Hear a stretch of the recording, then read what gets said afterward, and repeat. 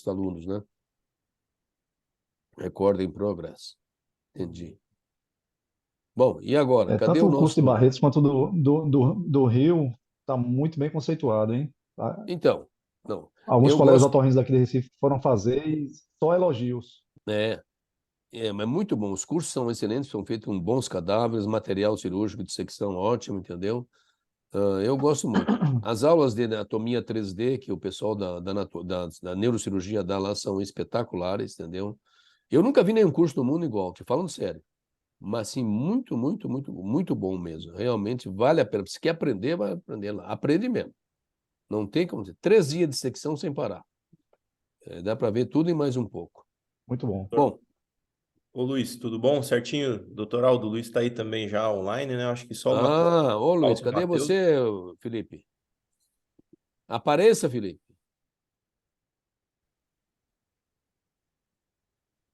Que tem que o teu Não, o áudio está Felipe não está mutado, aqui. Luiz.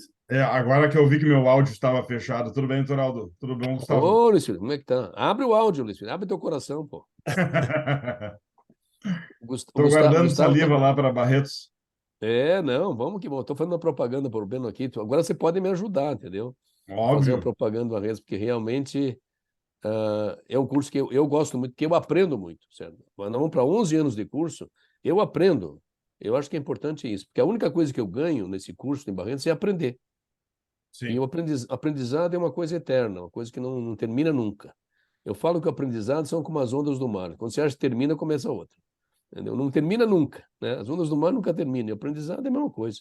Você vai, a tua vida passa e você não aprendeu nada. Sempre tem coisas para aprender. Eu É só sei que verdade. nada sei, né, Gustavo? Só sei É que isso nada aí. sei.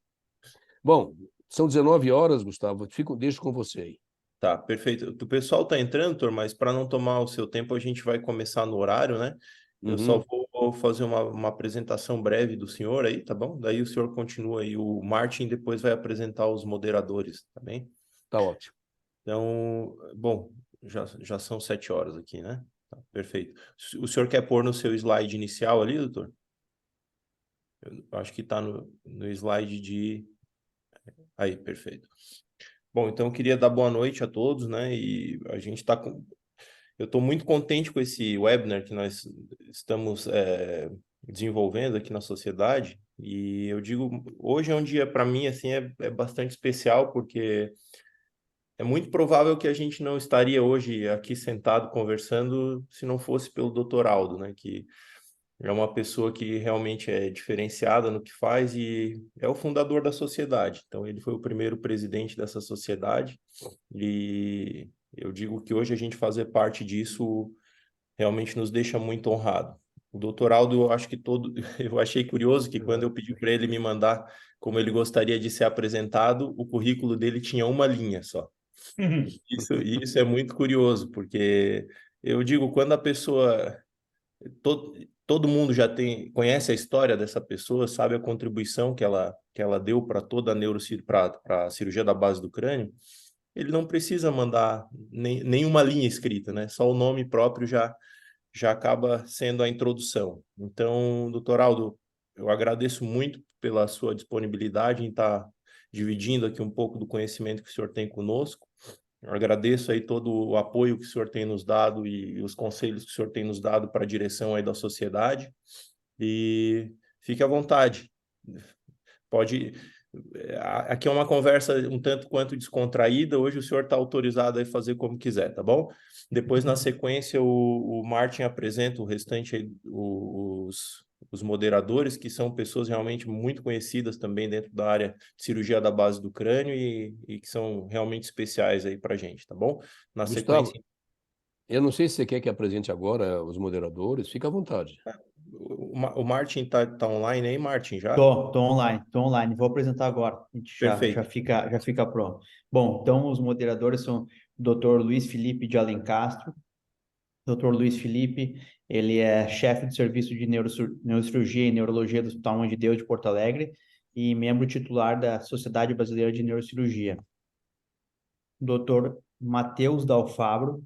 Dr. Matheus é neurocirurgião e coordenador do programa de cirurgia da base do crânio do Hospital de Clínicas do Unicamp, mestre e doutor em clínica médica pela Faculdade de Medicina da Unicamp e fellowship em cirurgia endoscópica da base do crânio pela Universidade de Nápoles, na Itália. Dr. Gustavo Nogueira. Dr. Gustavo é chefe do serviço de otorrino do Hospital INC de Curitiba, co-diretor do Centro de Cirurgia da Base do Crânio do INC e chefe dos serviços de otorrino do Hospital Universitário Evangélico Mackenzie e do Hospital Cajuru de Curitiba. Esses são os nossos 3 moderadores, time de peso aí hoje. Boa noite, pessoal. Eu tô tentando ligar minha câmera aqui, é o Matheus que tá falando, mas eu tô aqui, viu? Eu estava esperando você, Tá bom, Matheus. Matheus. Tá vendo todo mundo, menos você. Onde é que você anda, Até meu? parece, não, eu tô aqui sim, Toraldo. Aqui é um prazer estar com vocês, viu, Gustavo? Obrigado aí pelo convite. Vamos Tá acessar ótimo. tudo Sem aí. câmera. Aparece, Matheus, aparece. Deixa sem câmera, tá bom assim? Hã? Deixa sem Apare- câmera, tá bom assim? Não, aparece. Parece que o Marco tá tomando um O Gustavo chimarrão, Mate. tá com saudades de mim, né? Tudo bem, eu vou Ei, ligar Mate, aqui tô com para saudade de você. um chimarrão do mate bom, hein? Não, é um pau aqui, mas rapidinho eu resolvo, sei lá o que Eu que é. acho que é a configuração do teu Zoom, tá, Matheus? Porque para mim não tá permitindo nem aqui autorizar Não, a... ele tava tentando abrir a câmera do meu celular para conectar, eu não entendi por quê, e aí eu tô tentando resolver essa parada aqui. Doutor Aldo. Só desconecta do celular que tá certo. Tá. Então tá Doutor bom. Aldo, doutor Ramina Vamos em tá- frente. Vamos em frente, então. Vamos em frente. Muito bem. Doutor Aldo, o doutor Ramina também tá online aí, tá bom? Ô, dona Ramina, como é que vai? Um abraço, Aldo. Tudo em paz com você? Graças a Deus. Quem Melhor tem que mandado- isso, só amor de vó, pô. Um abraço foi o Thomas Lennart, lá de Lennart, famoso Lennart. Estive com ele lá semana passada. Ah, você esteve com ele lá? Estive, tinha uns congressos da Sociedade Alemã de Base de Crânio. Nossa Senhora do céu, que espetáculo. Thomas Lennart. Isso, Ele é muito bom na parte de implantes, essas coisas tudo aí. exato. Muito bom, muito bom. Prazer em vê-lo, Ramina. Igualmente, Bem, o que a gente vai conversar aqui hoje, Ramina, é um negócio muito otorrinolaringológico, vamos dizer assim. Tem algumas terminologias que a gente começou a usar no passar dos anos, e eu sempre digo que cirurgia de base de crânio não é cirurgia de uma pessoa. Cirurgia de base de crânio é cirurgia de uma equipe, entendeu? Equipe que inclui anestesista, inclui neurocirurgião, inclui otorrino, inclui oncologista, inclui todo esse povo, entendeu? Que realmente dá o suporte para a gente, anestesista, inclusive, entendeu? Que dá esse suporte para a gente fazer esse tipo de intervenção operatória. Então, eu sempre falo que isso realmente é uma equipe multidisciplinar para você conseguir fazer.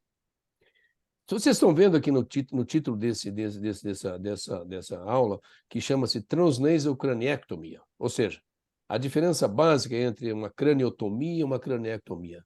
Quando você faz por dentro do nariz, a gente remove o osso e não repõe o osso. Enquanto vocês, neurocirurgiões, quando fazem por fora, geralmente você faz uma craniotomia. Essa é a diferença substancial que existe entre craniotomia e craniectomia. Estou certo, Ramiro? perfeito, perfeito. Então tá muito bom. Em inglês se chama acesso transcribiforme. Em português pode chamar traço transcriboso ou transcribiforme, simplesmente, não cribriforme, como a gente normalmente fala na língua inglesa. Bem, antes de continuar, eu esqueci de agradecer ao Gustavo pelo empenho e parabenizar você, Ramina, por a escolha do Gustavo, que foi uma pessoa que tem se empenhado muito em continuar aquele processo que nós começamos há tantos anos atrás, junto com você.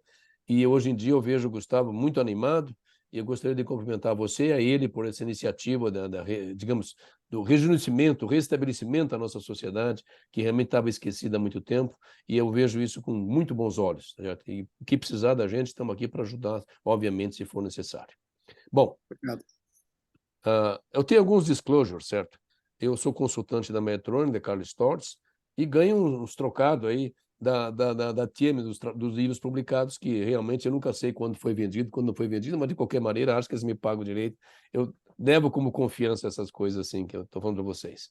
Meus agradecimentos a uma série de pessoas, que muitos dos slides que eu vou mostrar para vocês aqui, especialmente anatômicos, não foram feitos somente por mim. Foram feitos por esse grupo de pessoas que estão aqui, que me ajudaram, inclusive um dos nossos moderadores, que é o Luiz Felipe Alencastro, que está aí junto com vocês, né, junto conosco aqui nessa noite, que me ajudaram também a fornecer imagens, que ajudou nessas dissecções que nós mostramos aqui. Bom, esse é um tema, como eu falei para vocês, digamos assim, que envolve muitas as equipes, tanto neurocirúrgica quanto otorrinolaringológica. E para nós abordarmos a base anterior do crânio, nós temos alguns tipos de acessos cirúrgicos.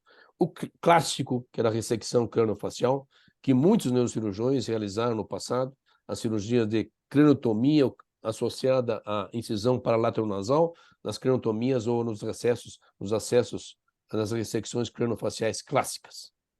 Aqui tem, nesse segundo tópico aqui, existe uma pequena modificação hoje em dia. Aqui está falando endoscopic assisted craniofacial resection. Eu falei que hoje em dia, na verdade, se faz cirurgia crânio-endoscópica, ou seja, craniotomia associada com a ressecção endoscópica transnasal, ao invés de fazer uma incisão paralateral-nasal, como vocês podem ver nessa gravura. E, por fim, nós temos, então, as cirurgias, basicamente as cirurgias, certo? Puramente endoscópicas e endonasais, certo? Que realmente, nós vamos explicar o que levou a isso e se isso realmente tem indicação importante ou não. Bom, vamos em frente aqui. Para nós tomar uma decisão de qual técnica ser realizada, certo? Existe um board tumor. O que é o board tumor?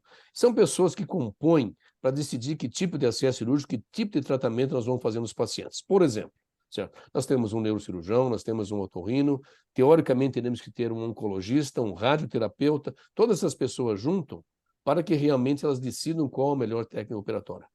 O fato de existir cirurgia endoscópica hoje em dia não significa que as outras foram esquecidas, absolutamente. Existem muitas indicações de cirurgia crânio-endoscópica ou mesmo ressecções craniofaciais que realmente pode acontecer, especialmente com tumores mais extensos, que não têm indicação cirúrgica de se realizar exclusivamente por dentro do nariz, vamos dizer assim.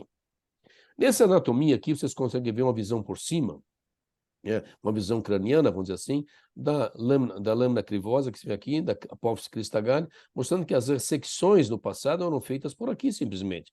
Faziam uma abertura, uma ressecção, uma janela óssea aqui, após uma craniotomia bifrontal, em que isso era ressecado. E aqui nós temos uma visão endoscópica da mesma região, só que vista por baixo. Essa é a diferença substancial entre os tipos de acesso. É a mesma imagem, só que vista, evidentemente, por ângulos diferentes. E aqui nós temos, mais uma vez, a comprovação disso. As ressecções craniofaciais clássicas, que você vê aqui, a abertura, a janela, digamos, se cria no osso, ao nível da base do crânio, e a janela criada na base do crânio por baixo. Essa aqui se faz uma craniotomia, essa se faz uma craniectomia nessa região que vocês podem observar aqui mais uma vez. Muito bem. Existe uma série de indicações cirúrgicas para esse tipo de cirurgias que nós vamos falar hoje para vocês, que são os acessos chamados transcribiformes, quer ele por via externa, quer ele por via endonasal.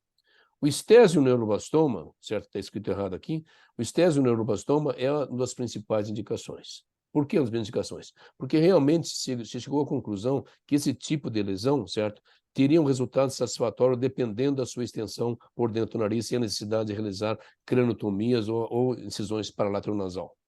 Os meningiomas, conforme eu estava falando com o Gustavo antes, os meningiomas foram muito discutidos. No começo, a maioria das pessoas optava por fazer um acesso endonasal transcribiforme. Hoje em dia, a maioria dos neurocirurgiões do mundo estão preferindo mais técnicas abertas, principalmente os tumores com extensão mais anterior, em que a dificuldade de fechar os defeitos durais se torna muito difícil, especialmente porque a extensão é muito anterior e o flap muitas vezes não consegue chegar até lá nesses casos, na maioria das vezes. Então está se preferindo, especialmente a escola alemã, preferindo realmente acessos externos ao invés de acessos endonasais. Existem outras lesões também que têm indicação cirúrgica, encefaloceles, por exemplo, fístulas licóricas e outros tumores, eventualmente tumores malignos localizados nessa região que aí está. Esse é um exemplo típico de estésioneuroblastoma. É um tumor que envolve a cavidade do nariz, pode ter acrometimento da parede medial da órbita ou da própria órbita, pode ter extensão intradural, não somente intracraniana, mas intradural, pode ultrapassar os limites laterais da linha média da órbita, tornando uma intervenção operatória bastante complexa e um challenge, vamos dizer assim, cirúrgico.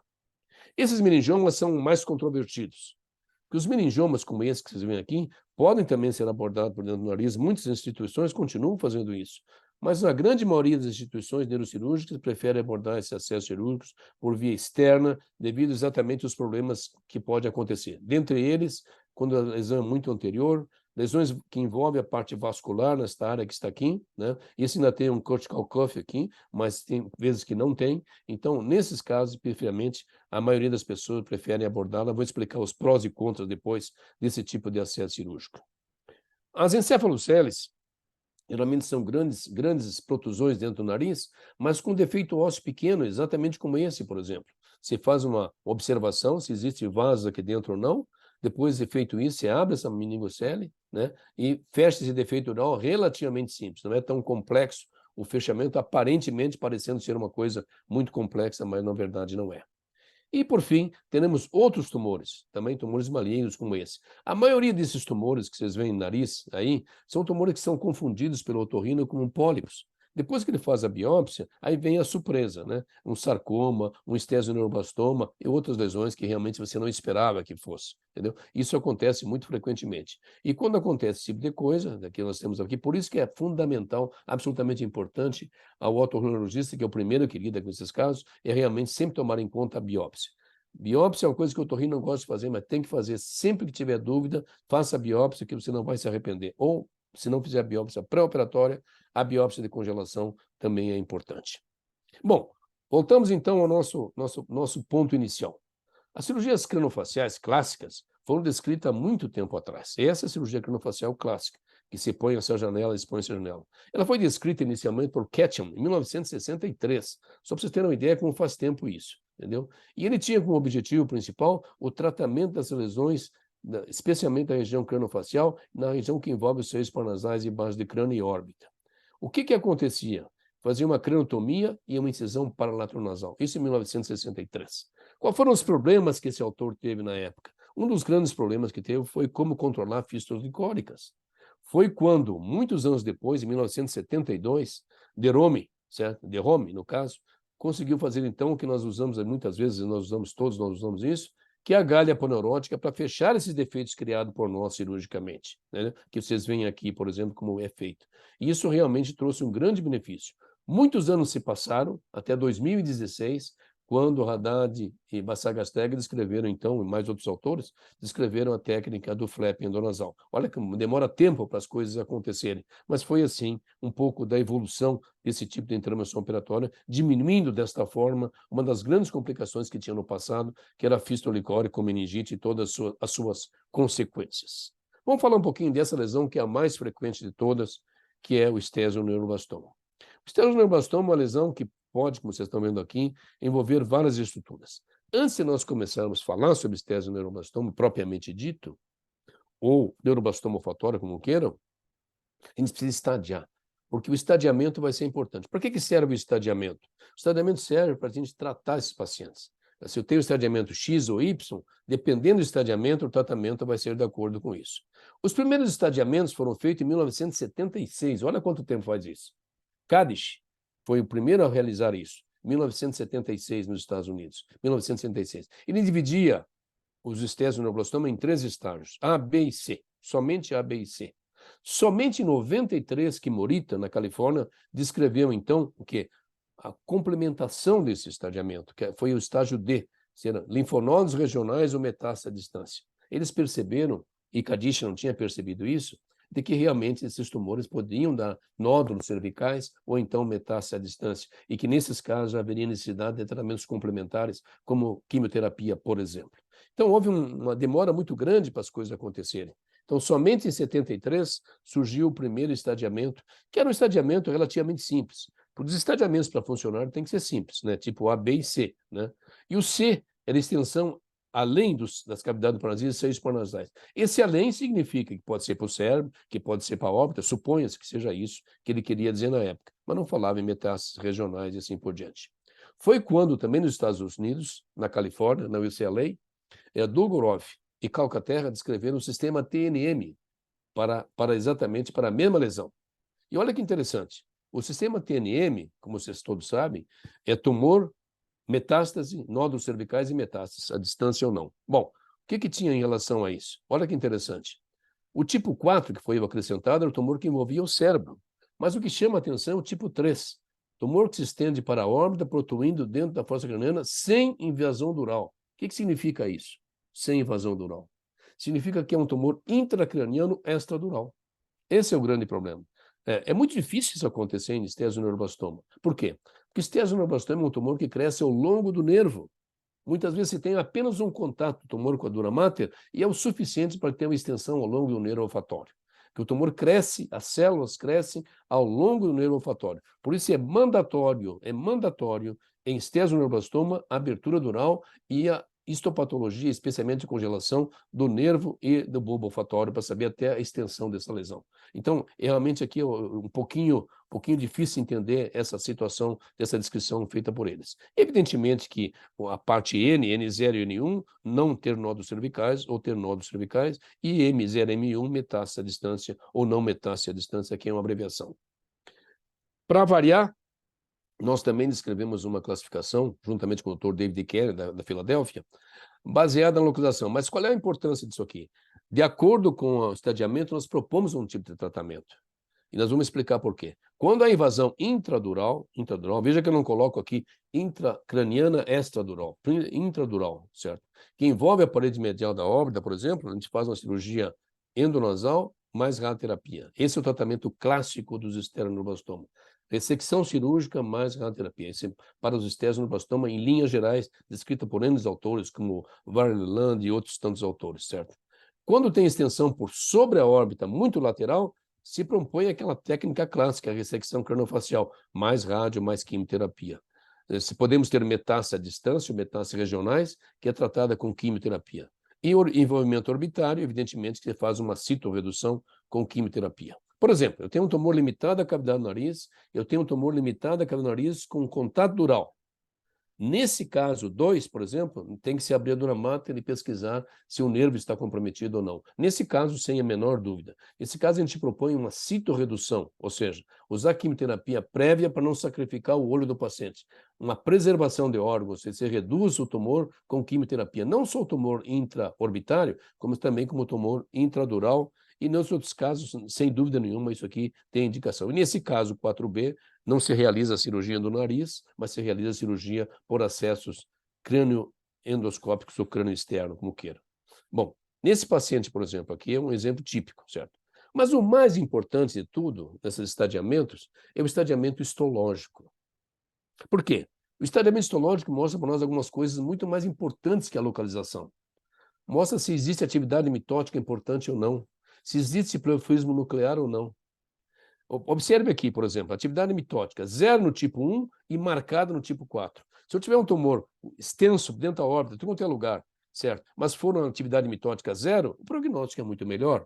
Se eu tiver um tumor pequeno, mas com uma marcada atividade mitótica e pleomorfismo nuclear, eu vou ter um prognóstico muito pior.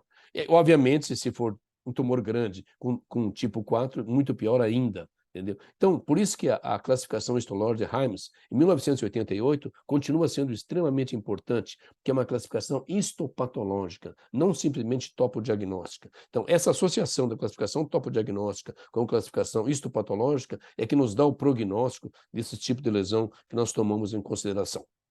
O tratamento gold standard dos esternoblastomas é a reseção cirúrgica mais a radioterapia adjuvante. Isso é clássico.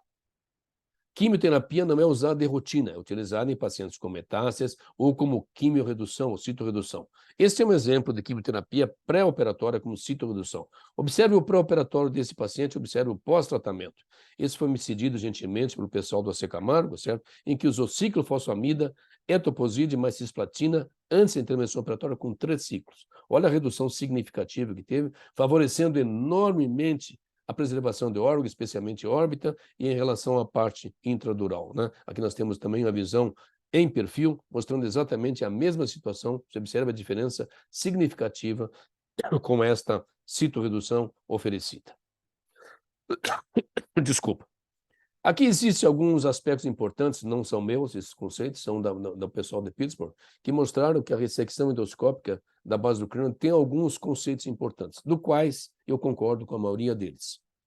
Que a maioria dos tumores centrais, os approaches primeiros iniciais, podem ser realizados por via transnasal endoscópica, né, por via, né, utilizando esse instrumento, dependendo, evidentemente, do estágio da lesão. Se a lesão tiver porção central ou se for lateral. Se for central, muito mais chance de se realizar desta forma, entendeu? Outra coisa importante é que é importante nós selecionarmos que tipo de cirurgia vamos realizar, né? Se é uma cirurgia endoscópica, se é uma cirurgia externa, ou eventualmente a combinação delas, tá certo? Isso é outra parte importante. O que eu falei no começo, também eu concordo com eles, que é importante nós termos um planejamento cirúrgico baseado num tumor board, e que o aspecto multidisciplinar é absolutamente essencial. Como quem descreveu isso aqui foi o otorrino, ele descreve que tem um neurocirurgião muito bem treinado. Óbvio, né? Eu não preciso nem falar esse tipo de coisa, que é muito bem treinado. Assim como tem que ter um otorrino muito bem treinado, o neurocirurgião poderia falar exatamente a mesma coisa. Uma outra coisa que eu considero importante nesse tipo de cirurgia é a equipe cirúrgica estar apta a converter uma cirurgia endoscópica numa cirurgia aberta, se for necessário. Eu acho que isso é fundamental. Os pacientes têm que estar cientes disso. Se nós não conseguirmos uma margem cirúrgica apropriada por dentro do nariz, nós vamos fazer, então, um acesso aberto. Isso o paciente tem que estar ciente, absolutamente ciente. O fato do paciente assinar um consentimento autorizado não te autoriza a você realizar qualquer coisa no paciente. Ele autoriza a dizer que ele está ciente, mas não que você possa realizar qualquer coisa no paciente sem o consentimento, obviamente, do paciente. Contraindicações relativas, eu diria, algumas são limitações, outras são indicações puras, certo? Para se realizar uma cirurgia através de um acesso usando o endoscópio puro por dentro do nariz. Quando há uma invasão significante da órbita, isso nós usamos uma citorredução com quimioterapia, isso facilita a intervenção operatória. É claro que o envolvimento superficial de tecidos superficiais não é uma boa indicação para a cirurgia endoscópica. Tem que se ressecar tecido de partes moles. Quando há necessidade disso, é muito preferível se realizar uma cirurgia aberta do que uma cirurgia puramente endoscópica. Estamos de acordo perfeitamente. Tumores que têm extensão muito lateral no nervo óptico, ou a linha média da órbita muito lateral, também a opção melhor, nesse caso, por melhor que se retrai a órbita, a opção melhor também é uma combinação crânio-endoscópica ao invés de puramente endoscópica, né? Ou quando tem uma extensão muito alta, superior de todo o crânio, com movimento vascular, também é importante. Então, saber diferenciar e indicar a cirurgia, qual o tipo realizada, é absolutamente essencial no pós-operatório. Isso foi um consenso europeu sobre tumores nassinusais. E a primeira pergunta que eles fizeram lá foi exatamente essa. Quais são os limites da cirurgia endoscópica para tumores nassinusais? Tumores benignos e tumores malignos, especialmente tumores malignos. A outra pergunta foi, a ressecção em bloco é necessária nos tumores nassinusais? Nós observamos que o MD Anderson e outras instituições que trabalham com oncologia, especialmente com câncer, mostraram que as ressecções não necessitam ser em bloco, que a resecção necessita uma resecção com margens livres. Se você alcançar margens livres, o teu resultado será tão bom ou melhor do que uma ressecção em bloco, conforme eles podem falar. Entendeu? É possível ter ressecção com margens livres e com cirurgia endoscópica? É possível. Isso eu posso garantir para vocês que é possível, tanto quanto nas cirurgias abertas, certo? E é claro que você comparar técnicas abertas com fechadas é muito difícil, porque são tumores diferentes. Isso, por exemplo, não é só para tumores malignos, para tumores benignos também. Craniofaringiomas, por exemplo. Mas você pode comparar um craniofaringioma que tem um limitado na linha média, outro que tem extensão superior lateral. É muito difícil você comparar, entendeu? Então não tem como você comparar, randomizar estudos, certo? Em cirurgias abertas ou fechadas, em situações com tumores diferentes. Se fossem tumores absolutamente iguais, até sim, mas isso é muito raro de acontecer. Muito bem. Após essa introdução do assunto, nós vamos conversar um pouquinho com vocês sobre o que é o acesso transcribriforme em inglês, né? Que é o seguinte, é exatamente o que o próprio nome está falando. É um acesso cirúrgico através da lâmina crivosa, certo? Da lâmina crivosa do paciente. E para tal, nós temos alguns pontos de referência anatômicos muito importantes. Vocês vão observar aqui que é um acesso cirúrgico eminentemente otorrinolaringológico, que é através dos seios parnasais. Então, o otorrinolaringologista tem que estar capacitado a realizar uma etimoidectomia completa, reconhecer a artéria etimoidal anterior e posterior, abrir a parede entre os seios esfenoidal e, principalmente, saber realizar uma cirurgia do seio frontal chamado DRAF 3. Por que 3? Porque tem o 1 e tem o 2. 2A e 2B e o 3. Se não souber fazer isso, pode esquecer. Nem começa porque não funciona. Então não adianta querer fazer base de crânio se não sabe fazer cirurgia dos seios parnasais. Eu estava falando com o Gustavo, isso é a mesma coisa que querer fazer neurocirurgia e não saber fazer craniotomia. Tem que saber essas coisas absolutamente decore e salteado para que você consiga fazer cirurgia de base de crânio. Baseado nisto, nesse conceito que nós estamos vendo aqui, certo? Que não há benefício da ressecção em bloco, desde que você tenha margem livre, é que a cirurgia endoscópica progrediu. Porque realmente a ressecção em bloco era muito difícil através do acesso endonasal. De qualquer forma, então, como a ressecção em bloco não é necessária, apenas as margens livres, esse tipo de técnica operatória tem um desenvolvimento muito grande. E quais são os limites dessa intervenção operatória? Aqui nós temos uma visão craniana da base anterior do crânio, estão vendo aqui.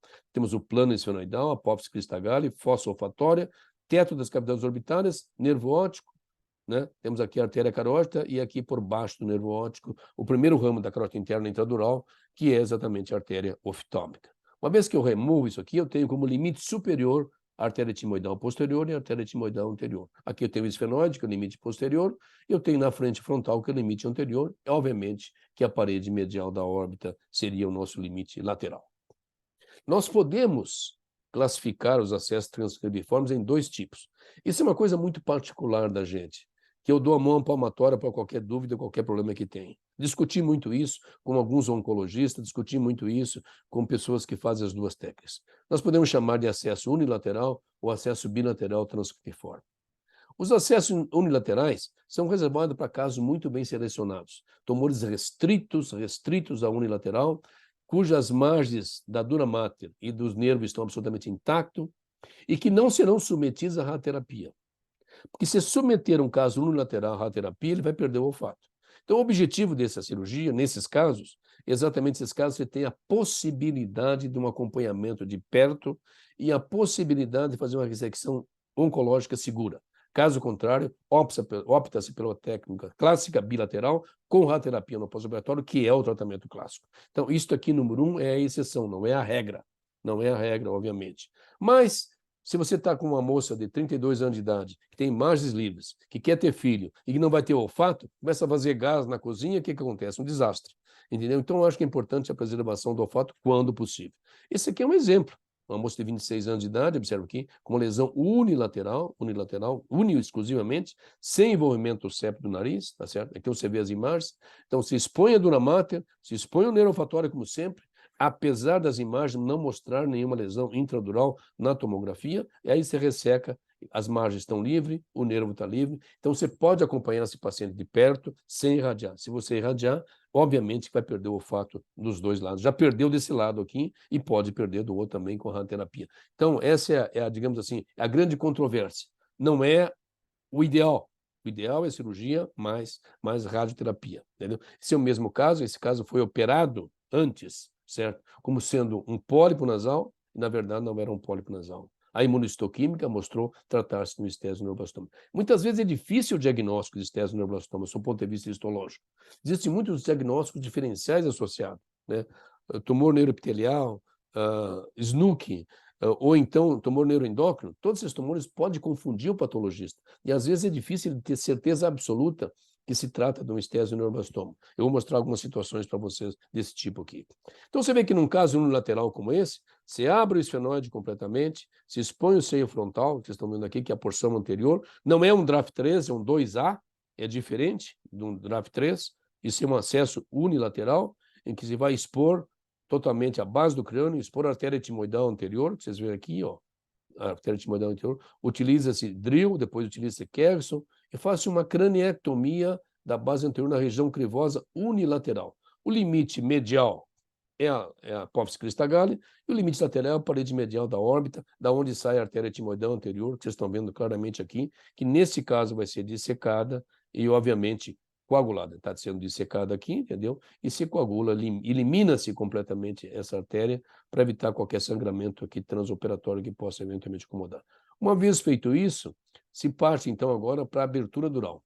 Essa abertura dural tem uma limitação, que é a limitação da parede medial, que é exatamente a região onde fica a apófise crista-galli. Faça uma pequena incisão dural, muito pequena, como vocês estão vendo aqui, né? E se coloca um ball probe, ou seja, para você separar a dura mater completamente dos vasos que estão logo na superfície, para você não fazer uma incisão e já cortar. E nesse caso, coincidentemente, já cai bem em cima do nervo olfatório. Poderia não cair, mas nesse caso cai bem em cima, que está sentado sobre o giro reto, como vocês podem ver aqui. Então, se faz uma abertura dural, uma craniectomia, como vocês estão vendo aqui, né? Vai se removendo tudo isso, se tenta, digamos assim, de uma forma geral, proteger esse tecido com cotonoide. Eu gosto de usar cotonoide para proteger o cérebro, as estruturas neurovasculares que estão por baixo. Se remove a dura mater, com todos os seus limites, e se encaminha ao patologista para que ele faça uma congelação. Tem que ter um bom patologista, isso é muito importante. Caso contrário, você pode se dar mal nesse tipo de intervenção. Uma vez feito isso, então a gente busca o bulbo olfatório. Sempre que você olhar o bulbo olfatório, vou parar um pouquinho aqui, sempre que você olhar o bulbo olfatório, dá a sensação de que o bulbo olfatório tem tumor, mas não tem. O bulbo olfatório é assim mesmo, ele é um bulbo, é diferente do nervo olfatório. O nervo olfatório está aqui. O bulbo olfatório é diferente. Ele senta em cima digamos, do giro reto, né? E tem essa formação que vocês estão vendo aqui. Parece que tem tumor dentro dele, mas na verdade não tem. Do ponto de vista histológico, ele cresce ao longo do nervo. Então nós vamos fazer biópsias nessa região. Então a gente descola com muita tranquilidade, com muita calma, descola da base, de onde está implantado, onde está sentado o tumor não, o nervo, no caso o bulbo. Você vê aqui a artéria frontopolar, né? Então você vai descolando com todo jeito, para que você consiga soltar dessa região que aqui está. Às vezes está aderido, às vezes não está aderido, existem umas pequenas bridas de aracnoide, que também são descoladas ou eventualmente cortadas, tá certo? Como vocês podem ver aqui, né? São pequenas bridas que são cortadas, e depois então você faz uma histopatologia desse nervo e verifica o que acontece. Ele tem uma visão normal, mas mesmo assim a gente tem segurança fazendo esse tipo de intervenção operatória que aqui está. E aqui então, ó, nós vamos cauterizando isso aqui e vamos reconstruir a base do crânio. A base do crânio, no caso, nesse paciente, vou voltar um pouquinho para trás aqui. Deixa eu botar um pouquinho mais aqui. Foi reconstruída com face à lata e com flap. Nos casos unilaterais, que vocês estão vendo aqui, a reconstrução é bem factível, porque o flap consegue cobrir todo o defeito, que não é um defeito tão grande que nem um acesso clássico, deixando sempre exposta, principalmente, a abertura do seio esfenoidal e do seio frontal, para que nós não tenhamos uma mucocele, uma sinusite no pós-operatório, o que não é infrequente. Vê que o frontal na frente está exposto e aqui o esfenoide também está exposto. Esse enxerto, no caso, não é um enxerto, esse flap, é mantido em posição, a gente mantém ele em posição. Eu gosto de usar espongostão, que é como se fosse uma massa, entendeu? Depois se coloca, digamos, fitas de alfoã. Por que você faz isso tudo? Para não colocar o tamponamento diretamente em cima do flap.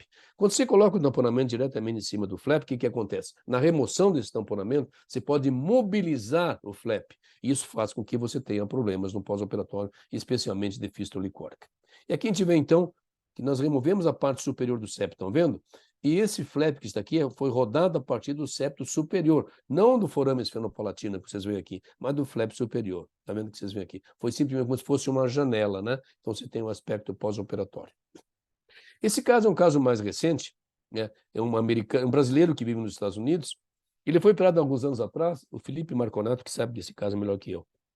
Eu não sei se ele está online para me explicar, contar alguns detalhes. Sei que ele foi operado há um tempo atrás, nos Estados Unidos, de septoplastia, né? E depois foi operado, digamos, entre aspas, pólipo, que na verdade deu resultado em papiloma invertido. Esse paciente veio para o Brasil e procurou a Natália e depois o Felipe, e eles operaram esse paciente, e o diagnóstico transoperatório, pós-operatório, foi de um tumor de hipófise. Aí eles falaram, não pode ser tumor de hipófise. Aí pediram imunistoquímica desse paciente. E na imunistoquímica mostrou-se tratar-se, então, de um estésioneoblastoma. E você vê aqui nitidamente na ressonância magnética que há uma extensão intradural desse paciente, por exemplo, né, que tinha 3 cirurgias prévias. E aqui você pode ver a intervenção operatória, que apesar de tudo isso, está vendo aqui, ó, nós temos aqui edema do seio maxilar da cirurgia prévia, concha média absolutamente livre, está vendo? O teto aqui do etimoide, o seio frontal também foi bem aberto, bem feito, também livre, absolutamente bem feito. E nós vamos agora, então, progredir, né? Abertura do esfenoide, remoção do osso da região crivosa. Nós estamos aqui tocando para frente para vocês mostrar para vocês, né? Remoção com drill, exposição completamente da dura mater. Aqui dá para ver claramente aqui.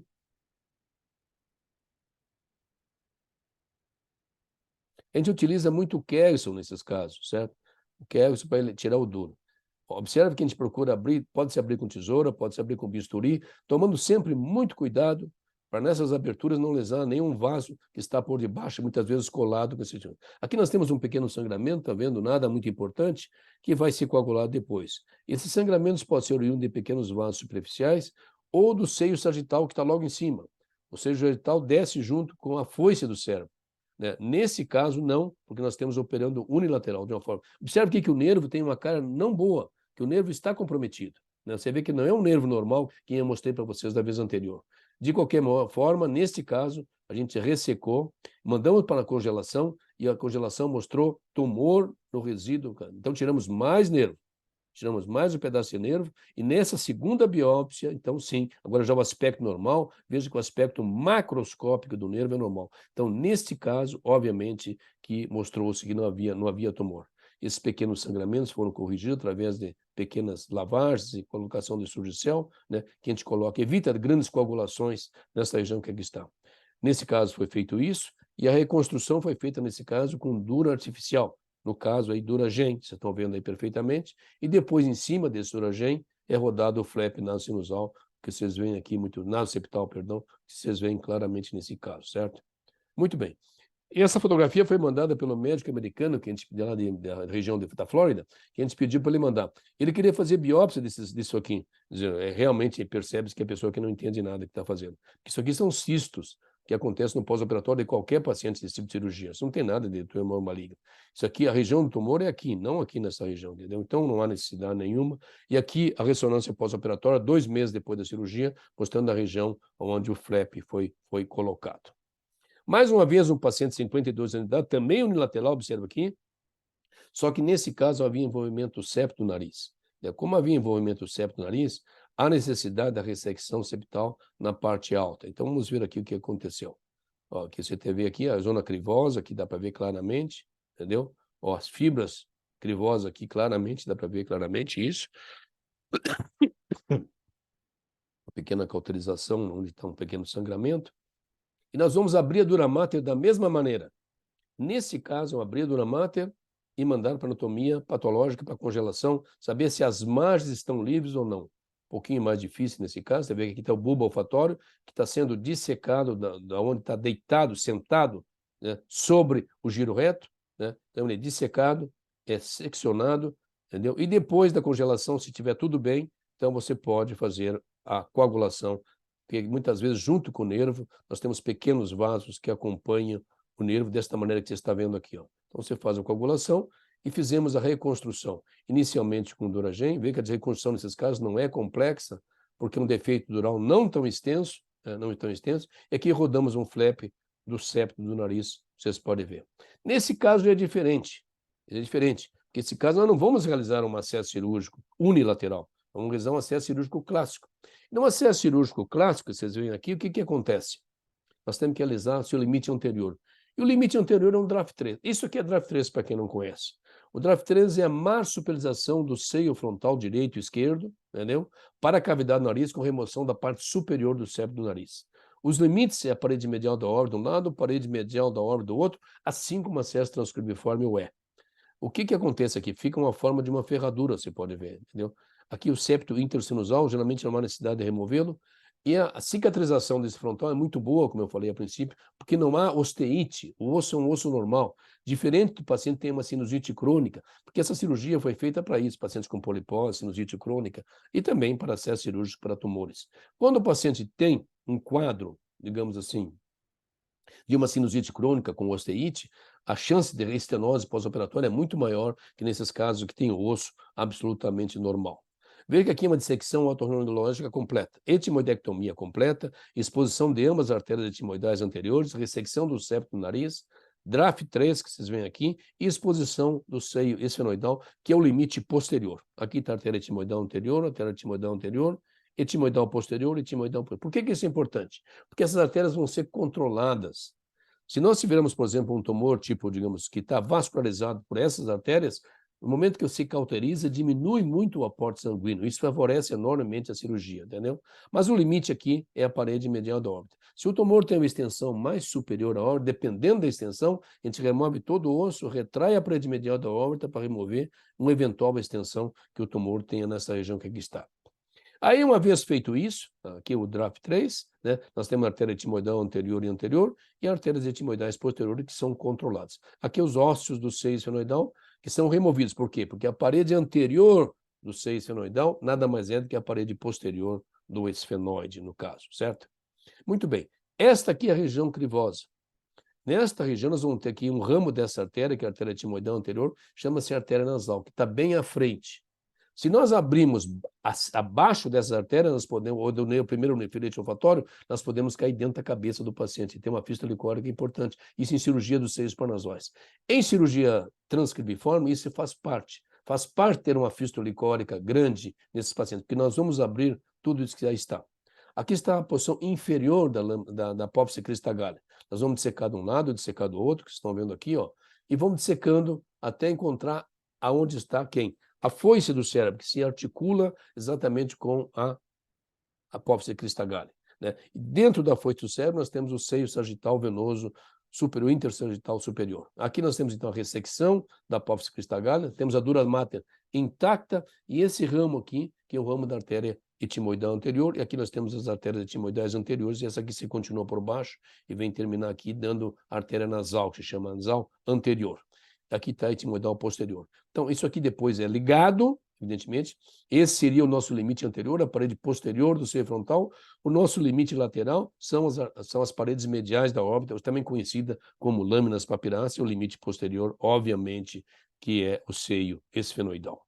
Aqui mais uma visão que nós temos, exatamente já com a dura mater completamente exposta, sem a presença da apófise cristagale, e esse seria, então, os limites da ressecção dural.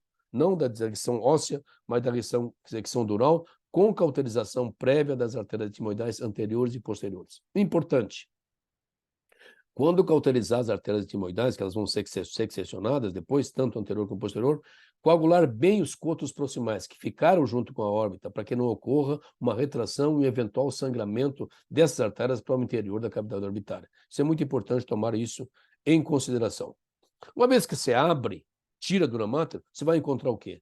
Vai encontrar veias, vai encontrar essas artérias, ramos da artéria etimoidal, ramos da artéria cerebral anterior, e, obviamente, os bulbos olfatórios com o nervo olfatório que você encontra aqui, sentado sobre os giros retos do paciente. E exatamente essa é a imagem que nós temos aqui. Observe que, nesse caso, nós, além dessas imagens anteriores, essa dissecção mostra para mostrar uma tortuosidade desses vasos que estão por aqui, mostrando, inclusive, que um deles passa por baixo do nervo olfatório do lado esquerdo, mostrando que a dissecção tem que ser muito cuidadosa para se evitar uma lesão dessas artérias nesse ponto. Importante, aproveitando essa dissecção anatômica, que nós temos aqui os nervos ópticos, aqui o quiasma, essa é a artéria oftálmica do lado esquerdo, a artéria oftálmica do lado direito, a artéria carótida interna. Isso aqui é o primeiro ramo intradural das artérias, digamos, intradural da artéria carótida interna. Então, é um tipo de dissecção. Essa dissecção, eventualmente, uma vez retirado isso, é isso que sobra, é que nós vamos, então, depois trabalhar em relação a isso. E aqui nós temos uma imagem anatômica e uma imagem cirúrgica exatamente desse acesso que eu falei para vocês, que é o acesso transcribiforme clássico. O limite anterior, que seria o seio frontal, limites mediais para da órbita, e posterior, que não aparece aqui, que é realmente o seio esfenoidal. Essa cirurgia pode se estender. Você pode, se o tumor se estender para fora, não necessariamente o esteatocitoblastoma, mas o que for, se estender para o esfenóide, ou se estender para a fossa posterior, você pode, então, complementar esse acesso anterior para um acesso da porção média e para a porção posterior. Observando a carótida interna, as artérias etimoidais, artéria oftálmica do lado esquerdo, do lado direito, nervo óptico esquerdo, quiasma, nervo óptico direito. Aqui nós temos a haste hipofisária e essa hipofisária superior, que vai para o quiasma e desce pela haste aqui. E aqui na fossa posterior, artéria basilar, artéria carótida, aqui os nervos no interior do seio cavernoso. Então, todas essas possibilidades existem à medida que há necessidade de se estender esse procedimento cirúrgico. Qual é o grande problema que nós temos aqui? Você sabe qual é o grande problema que nós temos aqui? Como fechar defeitos grandes como esse. Não é fácil. Então, se você tem que pensar, a primeira coisa na cirurgia, não é na cirurgia em si, pensar na reconstrução. Essa é a primeira parte da cirurgia, é a reconstrução. Se você não tiver condições de fazer a reconstrução, por qualquer motivo que seja, paciente com cirurgia pré, não tem mais nada onde reparar, procure não realizar esse tipo de técnica cirúrgica, porque a reconstrução é absolutamente essencial nesses casos. Se você não dispõe disso, ou dispõe de conhecimento, ou de técnica para fazê-lo, é preferível pedir para o cirurgião fazer um acesso cirúrgico clássico, que realmente você tem muito melhores benefícios. Aqui mais uma visão, para vocês terem uma ideia da situação como é que é. Esse flap nasosinusal é baseado nesta artéria, não na artéria nasal lateral posterior, mas na artéria nasoseptal, que vai nutrir a porção do septo nasal. Essa artéria aqui, que passa pelo forame esfenopalatino, é conhecida na literatura como esfenopalatina. Na verdade, passam três artérias pelo forame esfenopalatino. Então, para mim, na minha concepção, não existe artéria esfenopalatina. Porque é esfenopalatina 1, 2, 3, qual que seria? Na verdade, é nasal, como Navarro descreveu, artéria nasal lateral posterior, porque é nasal, porque é lateral, porque é posterior. E a artéria nasoseptal. Esses são os principais ramos que passam pelo forame esfenopalatino.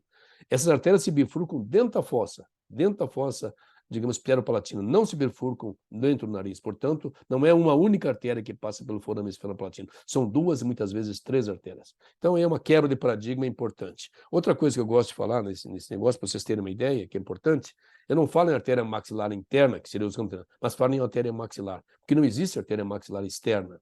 A artéria maxilar externa seria a artéria facial. Como não existe externa, não pode ter interna. Os americanos, especialmente neurocirurgião, chamam de IMAX. Vai ficar bonito falar IMAX, né? Mas não existe IMAX. Na verdade, é a artéria maxilar e ponto final. Essa é a minha visão anatômica da situação. Muito bem. Quando eu vou realizar um flap baseado nessa artéria superior que está aqui, na septal, entendeu? Eu tenho que ver muito se esse tumor invadiu ou não o septo. Porque eu vou criar um flap aqui embaixo. Mas acontece, eu preciso saber se essas bordas estão livres ou não. Então, essa área de transição entre o tumor e o que eu vou criar de flap tem que ser analisada histologicamente. Se eu deixar tumor aqui, envolvendo esta área, o que vai acontecer? Se ficar tumor envolvendo esta região, eu vou ter uma recidiva tumoral transoperatória. Não é nem pós-operatória, é transoperatória. Porque sobrou tumor. Então, eu tenho que histologicamente verificar se isso aqui não tem tumor. Se tem tumor, eu tenho que ressecar até não ter mais. Ou buscar alguma alternativa que não seja septo nasal, mas seja uma alternativa do retalho lateral, por exemplo. Ou alternativa como, digamos, uma transferência muscular, que também é uma opção interessante nesses casos, certo? É mais complexo, é mais difícil, mas uma transferência muscular do reto vasto da coxa, ou então do reto abdominal, são importantes nesses casos. Aqui é um exemplo de um tumor extenso, tá vendo aqui, ó? Tinha secreção dentro da maxilar, e aqui nós temos, então, uma ressecção ampla, a gente vai ressecar, fazer um draft 3, né?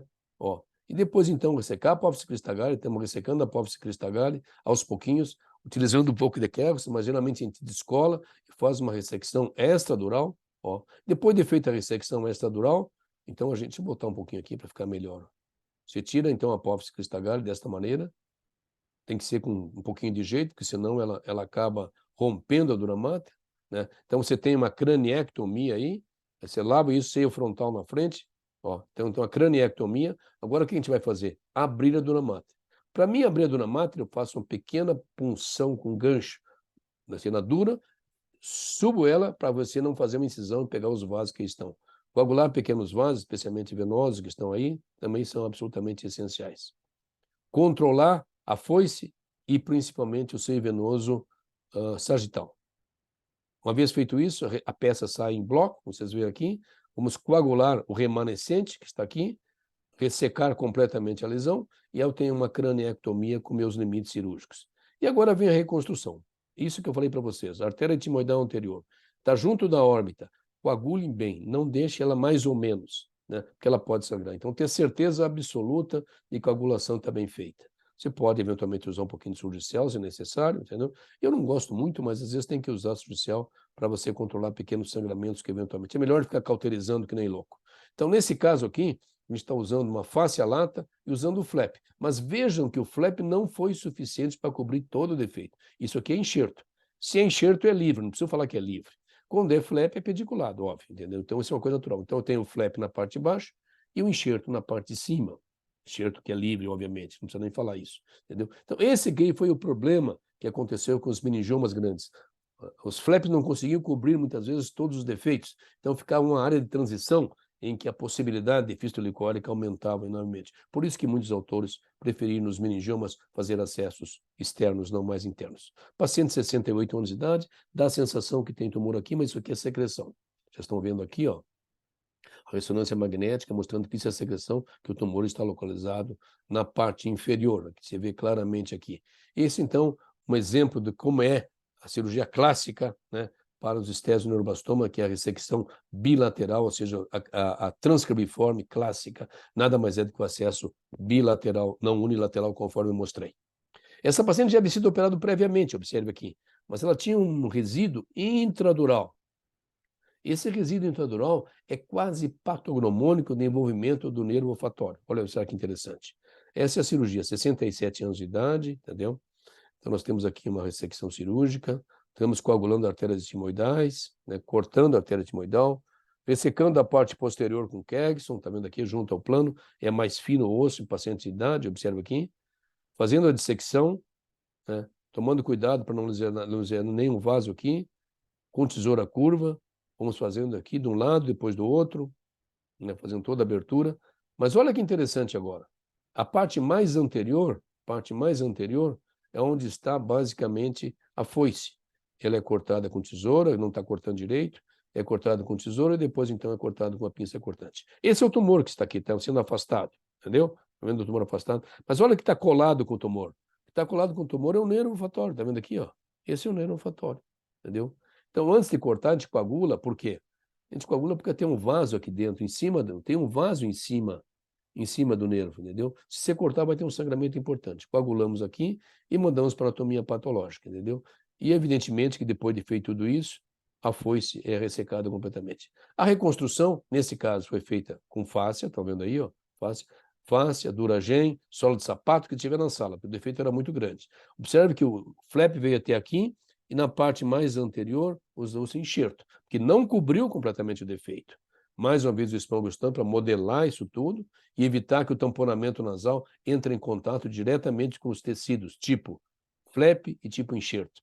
Coloca-se aquele Spangostan primeiro, depois se coloca, no caso aqui, Spangostan, ou se coloca Surgicel, o que vocês acharem melhor, sem nenhum problema. 36 meses depois de operado, a situação é diferente. Por quê? Porque nesses casos não há osteite. Então o seio frontal fica muito bonito, ó, fica muito fácil de você ver. Recupera completamente, apesar de ter usado um enxerto nesse caso também, teve uma boa recuperação. Muito bem. Algumas limitações do acesso tranquibiforme, certo? Quando você tem que fazer uma exentração de órbita, tem uma extensão muito lateral do maxilar, tem que fazer uma maxilectomia, ou principalmente o que eu falei para vocês antes, que é a infiltração de tecidos moles. As outras são limitações, não são contraindicações, mas isso aqui eu acho, sim, eu continuo achando que é uma contraindicação, principalmente quando tem tecido mole, que você tem que ressecar tecido aqui, não há necessidade de endoscopia. Não vejo nenhuma vantagem sobre uma técnica aberta para se ressecar, principalmente tecidos mole que estão filtrados na parte superior. E quando há envolvimento dural, lateralmente à órbita também não é impossível de se fazer de coisa. Essa é uma revisão cirúrgica, que ela já foi operada previamente, essa paciente, 56 anos de idade, com uma área aqui na ressonância mostrando, parece tratar de uma parte cística, tá certo? Às vezes, isso aqui é um vídeo mais antigo, observa que ele está usando uma broca semicortante. Normalmente, hoje, a gente não utiliza mais broca semicortante, a gente utiliza uma broca de diamante, geralmente 5 milímetros, na maioria das vezes, mas aqui estamos utilizando uma broca, digamos assim, semicortante, que vocês veem aqui, né? Então, vamos se abrir bem a dura mater, tu vê, expor perfeitamente, o máximo possível, ó. Tem alguns pequenos vasos aderidos a esse cisto, dá para perceber que isso foi restos de mucosa e ficou aí. Então, tomar muito cuidado nessa tipo de cirurgia para não ficar mucosa sepultada dentro do crânio. Se tem uma mucosa sepultada dentro do crânio, o que vai acontecer com essa mucosa?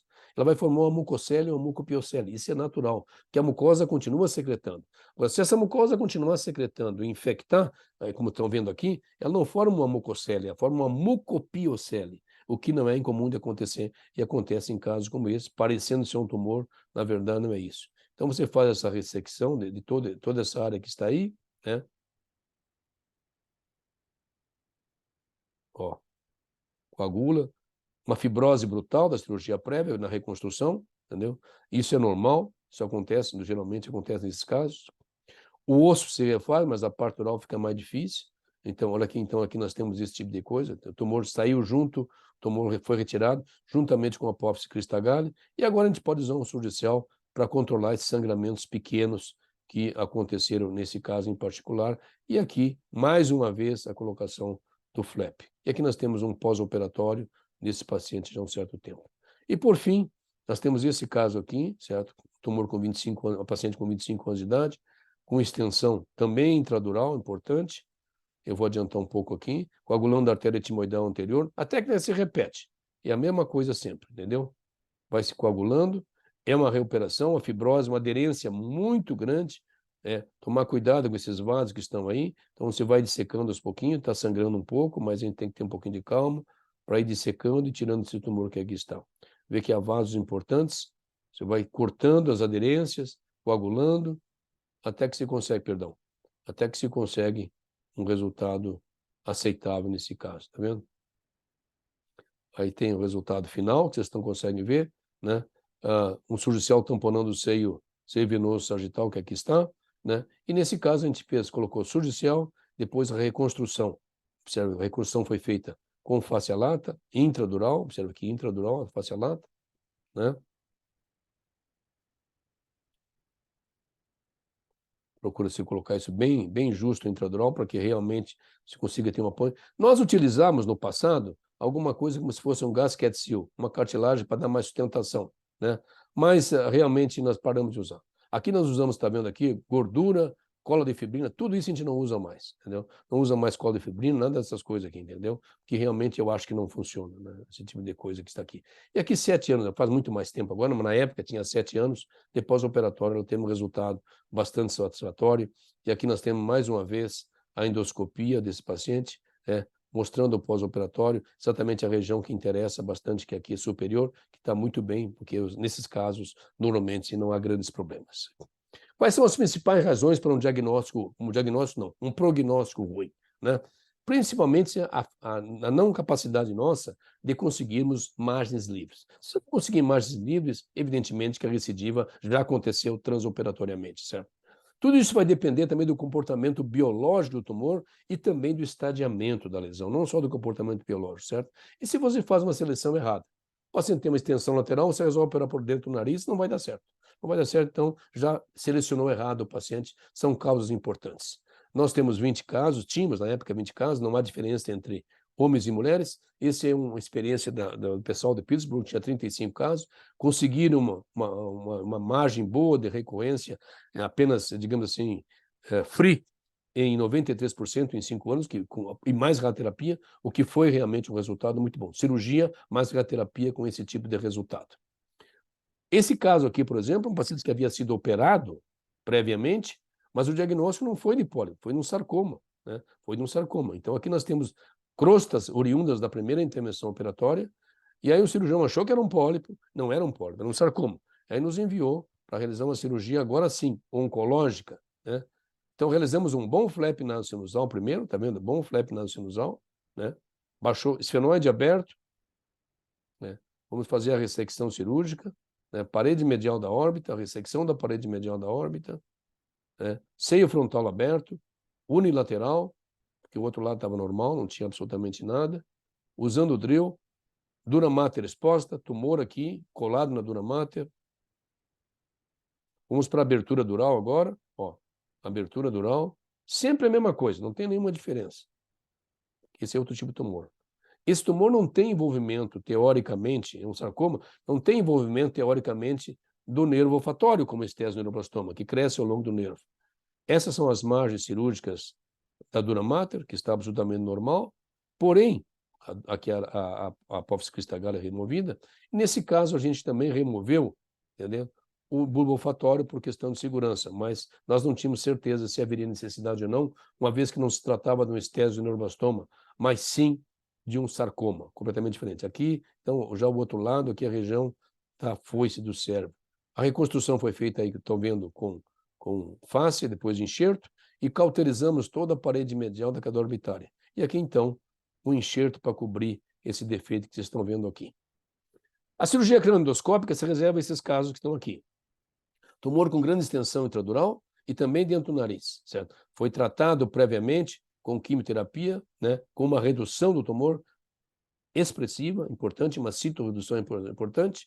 O Dr. Eduardo Velutini fez o acesso cirúrgico, que vocês estão vendo aqui, que é a crâniotomia, né, expondo completamente, fazendo uma cirurgia mais ou menos clássica, mostrando exatamente toda a ressecção.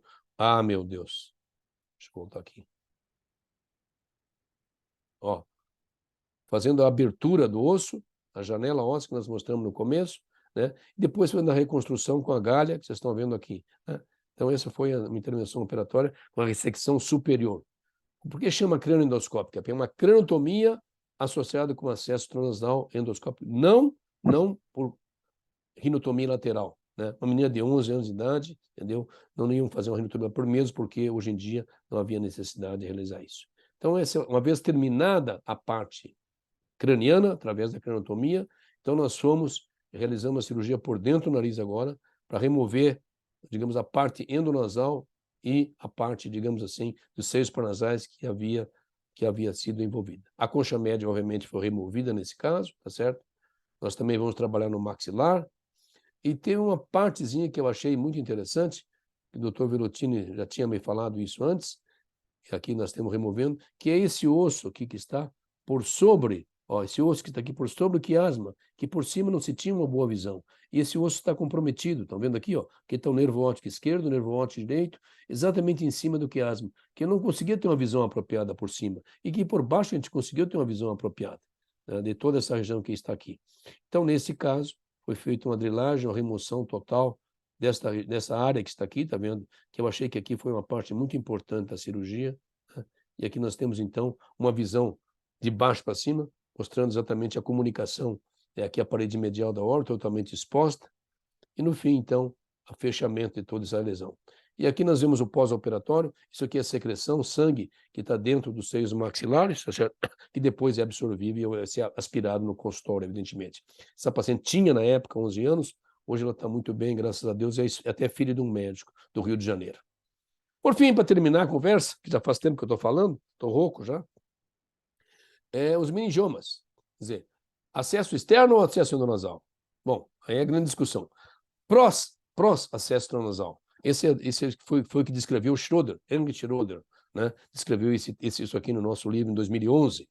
Primeira vantagem que ele falou, não tem retração cerebral, se tem uma desvascularização precoce, menor manipulação neurovascular, estruturas neurovasculares, uma descompressão precoce do nervo óptico, e não temos uma visão da pele visível. Mas isso, sei lá, deixa para lá.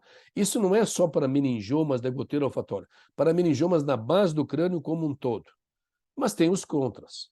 E os contras é o seguinte, uma visão limitada da base do crânio, certo? Somente para a exposição da linha média, não exposição lateral. Isso ele tem razão. O menor controle neurovascular das estruturas, uma taxa maior de fístula licórica, isso aqui é verdade. Um prolongamento nasal care, ou seja, cuidados nasais pós-operatório muito longo, demora muito. E o paciente forma crosta, tem que limpar, várias visitas ao consultório, ele demora às vezes 3, 4 meses para ficar o nariz absolutamente normal, quando fica, né? Então a mobilidade nasal maior. Isso é verdade. Então, existe uma grande controvérsia entre prós e contras a cirurgia de meningiomas da base do crânio por acesso endonasal ou por via externa. Os meningiomas de goteira olfatória, que especialmente se estende muito anterior e muito grande, dando a minha opinião, eu acho melhor realmente um acesso externo, enquanto que os outros meningiomas de tubérculo, por exemplo, se não tiver extensão lateral, tem grande opção e uma boa técnica é o acesso endonasal, nesses casos com bom resultado, porque principalmente nesses casos o problema é visual. Então a descompressão do nervo óptico e quiasma óptico é muito mais prática. Esse é um estudo multicêntrico interessante, mostrando os meningiomas da goteira olfatória, qual é a diferença entre o acesso endoscópico e transnasal. Aqui fica um pouco difícil, porque não são tumores iguais, como eu falei para vocês. É difícil você comparar, entendeu? Acesso externo com acesso endonasal. Por exemplo, eles acharam melhor no grupo externo 92 contra 60% de ressecção, cross-total resection. Fístula licórica foi muito maior no grupo endoscópico, nesse aspecto eu concordo. E visual não há significância nenhuma, porque realmente não é o digamos, sintoma em questão. Se fosse meningioma tubérculo, ou eventualmente plano, sim, mas não é o caso, especificamente nesses casos. Esse autor, Komotar, em 2012, escreveu uma coisa interessante, né? Que os acessos transcranianos abertos para o meningioma da goteira olfatória, transcelular, plano esfenoidal meningioma, têm um resultado melhor, ressecção total, com menor taxa de fístula licórica dos acessos endonasais, isso descrito em 2012, evidentemente. Para quem tiver alguma dúvida, nós temos um livro aqui que mostra toda essa discussão, mostrando também toda a anatomia de tudo que eu acabei de falar para vocês. O que eu quero deixar bem claro é o seguinte, que a cirurgia endoscópica não significa uma cirurgia conservadora. Você pode fazer uma destruição enorme no paciente, destruir completamente tudo, se você achar que cirurgia endoscópica é uma cirurgia, digamos, mínimo invasiva. Não é mínimo invasiva, pode ser um mínimo acesso, mas seguramente não é uma cirurgia mínimo invasiva. Bom, pessoal, eu falei demais, 1 hora e pouco, eu não esperava falar tanto, mas enfim, falei muito. Então, eu vou deixar agora ao Gustavo e os moradores que tomem conta do terreno aí, tá certo? É isso, Gustavo. Obrigado, pessoal, pela atenção de vocês. Bom, excelente, doutor Aldo. Acho que não esperava nada menos, realmente. Agora eu entendi por que o senhor mandou só uma linha lá no currículo, né? Já ficou bem claro. Bom, eu vou passar para os moderadores e eu gostaria só de avisar o pessoal da audiência que quem quiser mandar pergunta, que mande ali pelo chat e ou eu ou os moderadores, a gente passa para o senhor aí que Tá possa ótimo. responder a Perfeito. pergunta. Tá bem? Perfeito, Então, perfeito. Então, eu gostaria de chamar inicialmente o Luiz Felipe Alencastro, para poder fazer os comentários dele aí, tá bem? Obrigado, Luiz, pela tua participação. Obrigado, Gustavo. Doutor Aldo, em primeiro lugar, parabéns, é uma aula maravilhosa, acho que foi de A a Z e botando a anatomia nos pontos necessários, sem que fazer aquela coisa de primeira anatomia e depois foi mesclando, acho que isso é uma coisa muito interessante da gente ver. Tem várias coisinhas que eu anotei aqui. Primeiro, o senhor já falou sobre o acesso combinado. A gente tem feito o acesso combinado transcraniano e endonasal para essas patologias da região cribiforme, especialmente os estésio-neuro, com muita frequência, né?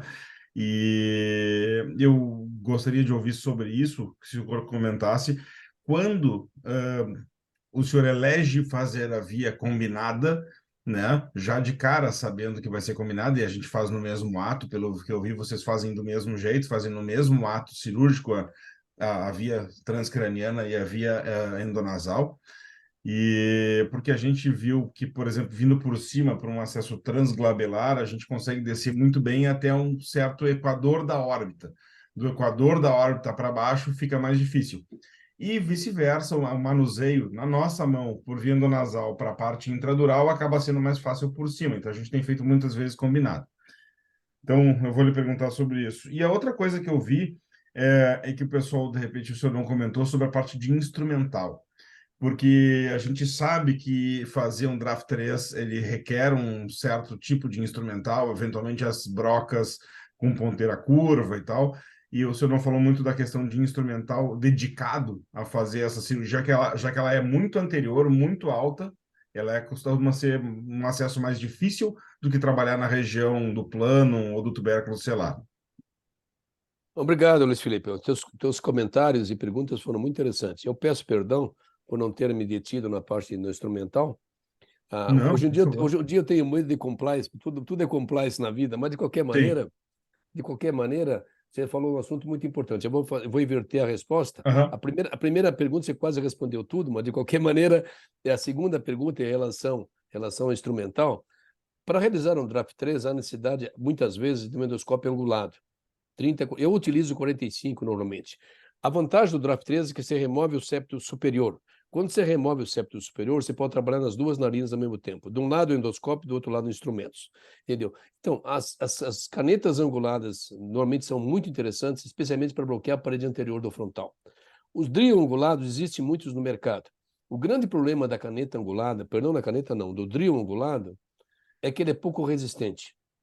Então, hoje em dia nós temos usados mais retas, porém com uma inclinação da caneta, canetas mais curvas, não canetas retas, que possam oferecer para a gente a possibilidade de uma drilagem. Por exemplo, o Diamond Course. Diamond Course é uma broca da Medtronic, muito potente, ótima, é como se fosse uma clava, boa para osso, ruim para dura mater.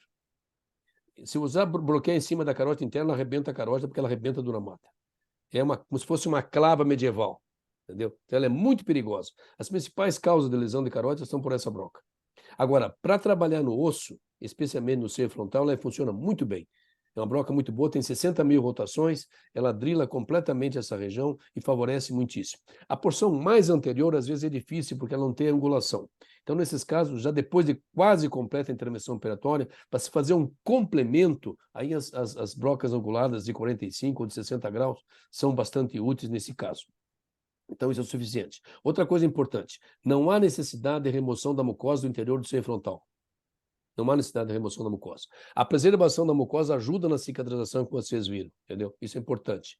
Outra coisa que eu considero extremamente importante, que os acessos cirúrgicos para tumores, quer eles tésio-neuro, ou meningiomas ou outros, o seio frontal normalmente está bom. Às vezes está bloqueado com sinusite, mas de uma forma geral está bom. O que significa? Que o osso está bom.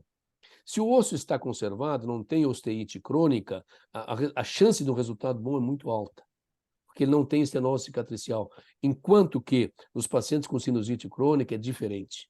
Nós temos a chance de 30% a 40% de estenose cicatricial pós-operatório, o que é bastante elevado, por melhor que seja feita a cirurgia. A pergunta outra é o seguinte: qual é os limites da cirurgia? Os limites são a parede medial do osso. Você pode bloquear até praticamente a periórbita, são os limites laterais. E na parte anterior, qual é o limite anterior? O limite anterior é o periósteo também.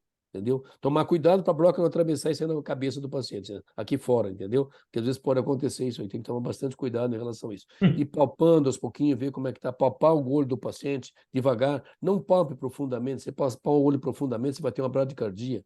Palpação suave faz com que, digamos assim, se você palpar suavemente, fazer esse movimento, ó, você sente que a órbita está exposta. Então, é o limite, normalmente, que nós temos nisso aí. Cauterizar bem as artérias etimoidais anteriores e posteriores, para que ela não retrai sangue dentro da órbita. São outras dicas importantes em relação a isso, tá certo? Basicamente é isso que a gente usa, esse tipo de broca. Não há nenhum instrumental especial no ser esses, certo? Quando a angulação é muito grande, muito anterior, e uma coisa que eu sempre levo em consideração, que eu não falei, mas eu acho que foi importante ser tocado no assunto, a distância antero-posterior do seio frontal é importante. Quando você tem uma distância muito pequena antero-posterior, fica mais difícil de quando você tem uma distância antero-posterior maior. Isso Perfeito. nos cortes sagitais te permite visualizar perfeitamente isso. Por isso que eu gosto de combinar a tomografia com a ressonância, que me mostra detalhes ósseos, porque isso é um trabalho ósseo, de uma forma geral, certo? Depois, antes de se abrir a dura mata, né? Depois que se abre a dura mata, é claro que não. Mas até então, é um trabalho puramente ósseo, entendeu? De você ver dimensões do esfenóide, dimensões do etimoide, como é que é o seio frontal, tudo isso é um trabalho ósseo, evidentemente, é um trabalho ósseo que necessita. Eu, como te falei no passado, a gente chegou a usar brocas semicortantes, hoje em dia não usamos mais, usamos broca de diamante, porque realmente nos previne de lesões tipo durais ou lesões vasculares que eventualmente podiam acontecer no passado, entendeu? E a opção entre operar, uma decisão entre operar por dentro ou por fora, depende do estadiamento da lesão. Em primeiro lugar, se realmente há tumor que envolve a órbita por cima, não tenho dúvida nenhuma. Se ele está dentro da órbita, tenta-se inicialmente uma citorredução com quimioterapia. Se a gente conseguir, muito que bem. Se não conseguir, a opção eventual de uma desinteração de órbita deve ser feita por forma externa, não por via endonasal. Existem técnicas para isso, mas eu não estou muito confiante que seja melhor para o paciente, certo? Não estou muito confiante que seja melhor para o paciente no caso, certo? Então, existem algumas situações especiais, principalmente porque a eleição de uma técnica errada leva a um mau resultado. Perfeito. Isso é matemático, entendeu? Não saiu bem, sobrou tumor, não, é recidiva transoperatória, porque você escolheu a técnica errada. Entendeu? Essa é a situação. Obrigado uma vez mais, Luiz Felipe, pelos comentários e pelas perguntas. Eu que agradeço, doutor Aldo. Perfeito. Obrigado, Luiz. Gostaria de chamar o Matheus da Alfabro, também tem grande experiência com cirurgia endoscópica. Fala, Obrigado, Matheus. Gustavo. Obrigado, Ronaldo, Matheus. parabéns pela aula, mais uma vez, uma grande oportunidade de ver mais uma belíssima aula sua, né? É, Então, só complementando uma coisa que o Luiz Fernando estava falando, que o senhor falou a primeira parte da aula e se deteve mais sobre a malignidade aí da base de crânio anterior, o estésico-neuroblastoma principalmente, que é uma coisa que eu particularmente não tenho muita vivência, e depois no final você deu uma pincelada rápida sobre a questão do meningioma, e que aí sim eu já tenho mais como neurocirurgião e fazendo cirurgia endoscópica, isso sim eu já tenho uma experiência razoável, vamos dizer, e eu acho que isso é um assunto muito aberto ainda, né? Tem os defensores de uma de outra técnica e tal, e não temos tempo para discutir isso aqui, nem seria nosso objetivo, né? Mas eu acho, assim, o que eu vejo é que os meningiomas, como esses de tubérculo e os de plano, eles realmente são uma excelente indicação em geral para cirurgia endoscópica endonasal. Não digo que seja superior de jeito nenhum, mas talvez equiparável. Acho que com um bom treinamento vai muito bem realmente para as lesões não muito grandes. Agora, esses de goteira olfatória, acho que o grande problema é o olfato, né? Eu acho que essa é a grande limitação. Claro, com um tamanho muito grande, acho que daí é forçar a barra, mas para lesões pequenas e médias, onde iria muito Matheus, não bem o estou te tratamento. escutando direito. Tá me escutando? Vocês estão me escutando? Não. Eu estou escutando bem. Eu estou Não sei se escutando o resto super do bem, pessoal está doutor. escutando bem. Tá ouvindo, Ronaldo? Eu estou escutando bem. Gustavo, você está escutando bem ou não? Então, Estou escutando bem, Matheus. Estou escutando bem, cara. acho Eu que não é alguma sei. coisa do áudio do Não Ronaldo estou aí. escutando ninguém mais bem agora. É mesmo. É, doutor Deixa eu Aldo, às ver. vezes fechar o Será que foi vídeo e aqui a reabrir o internet? vídeo Não sei o que ajuda. foi que aconteceu. Às Eu, vezes fechar o vídeo e reabrir funciona Luiz? para mim. Eu não estou escutando. deixa eu ver se eu consigo melhorar aqui, só um pouquinho.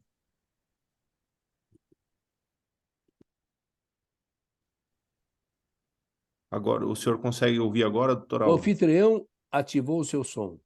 Isso. Já estava, mas Tá ouvindo? Tá ouvindo? o senhor consegue escutar agora, doutor Aldo? Acho que não. O que será que Não? aconteceu? Não, eu vou mandar uma mensagem aqui para o doutor Aldo, só um pouquinho. Será que tá mutado? Eu tô conseguindo te ver, não tô conseguindo escutar. Uhum. Não, eu tô com o som aberto, tudo. Que O Deus. senhor está Matheus? escutando agora? Está Oi, escutando tô melhor? ouvindo. Não, ainda não. Tá, só um pouquinho. O senhor consegue entrar. Deixa eu mandar aqui para ele, só um pouquinho. De uma hora para outra, estava tudo perfeito. Não, só um pouquinho, Oi, Matheus. Só um pouquinho, tá? tranquilo. Bom, Matheus, você me desculpa, mas continua a tua Não, apresentação eu só vou falando fazer um aí que tudo comentário, bem. depois, Mesmo que não depois escute, paciência. Pelo menos você fala. aproveitando que o Dr. Ramina está aí, o pessoal que tem mais experiência, eu acho que o problema dos meningiomas da goteira é que aqueles que seriam viáveis de tratar por uma via Melhorou um menos. pouco agora, melhorou um pouco agora. Tá ouvindo? Mais ou menos. Então, falando dos meningiomas de goteira, eu acho que aqueles que seriam mais passíveis de um tratamento endoscópico endonasal, lesões um pouco menores, em geral, você pode ter um olfato do paciente preservado ainda, né? E aí que eu acho que a cirurgia endoscópica você vai oferecer um tratamento que você certamente vai danificar definitivamente o olfato do paciente. Por isso aí eu acho que acabo favorecendo uma técnica transcraniana que você tem uma chance um pouco melhor de preservação, apesar que também não é fácil. Agora, para aqueles mais posteriores de plano e de tubérculo, eu acho que realmente é uma opção excelente. Era só um comentário, mas a pergunta que eu queria fazer para o senhor é só, você pincelou rapidamente a questão de biopsiar a mucosa septal nos estesioneuroblastoma para pensar no flap que vai ser utilizado para reconstrução, correto? Uhum. Isso você faz de rotina e alguma técnica específica que você usa ou corta um pedacinho com a tesoura numa altura X que você está interessado em verificar? Como é que é? Ou biopsia a cada centímetro, sei lá. A primeira ideia é macroscópica, certo? Você vai ver macroscopicamente se há envolvimento ou não, certo? Essa é a primeira ideia. Mas, de qualquer maneira, em todos os pacientes, a gente sempre faz o limite superior e nós removemos para fazer uma análise, certo? Porque mesmo que macroscopicamente a visão não seja. Em estesioneuroblastoma acontece muito Então, isso. o senhor faz o flap, desenha o flap e depois uma porção superior dele corta o pedaço e manda para congelação, é isso? Não, a gente desenha o flap de acordo com a macroscopia inicial. Certo. Se você julga que não tem tumor nessa região, você faz o flap. E aí sim, uma vez feito ele, a gente corta a parte superior e manda examinar. Se tiver Entendi. lesão, a gente vai cortando Vai conforme cortando vai mais. tendo. Se por acaso esse flap for, digamos, inviável, é usado um flap lateral, parede lateral do nariz, entendeu? Isso pode acontecer. Né? Então você usa o flap da parede lateral do nariz em vez de... Porque a primeira opção é septal. Não tendo opção septal, usa flap lateral. Nós usamos no passado, certo? A galha aponeurótica também, através do seio frontal. Sim, Você já fez um draft 3? Você pode trazer a galha aponeurótica também. perfeito. Funciona muito bem. Porque Faz o uma draft 3, incisão, o draft 3 já está aberto. Você precisa, abre aqui em cima abre e lá em traz cima, através do céu. disseca com o endoscópio mesmo e joga lá para dentro. Ultimamente nós temos optado mais precocemente pela transferência muscular. A Sim, você transferência falou. muscular, quando bem feita, o resultado é espetacular, entendeu? Nós não deixamos mais o paciente ficar muito ruim. Porque às Tá. vezes o paciente, você tem uma fístula, você tem meningite, tem uma série de problemas, aumenta a pressão licórica e você não consegue mais fechar direito. Então, nesses casos, a gente tem preferido uma transferência microcirúrgica vascular, transferência, ou seja, com anastomose na artéria veia facial aqui, cria-se um túnel subcutâneo e coloca esse enxerto ou na base anterior do crânio ou na fossa posterior, onde seja o caso, aí, tá certo?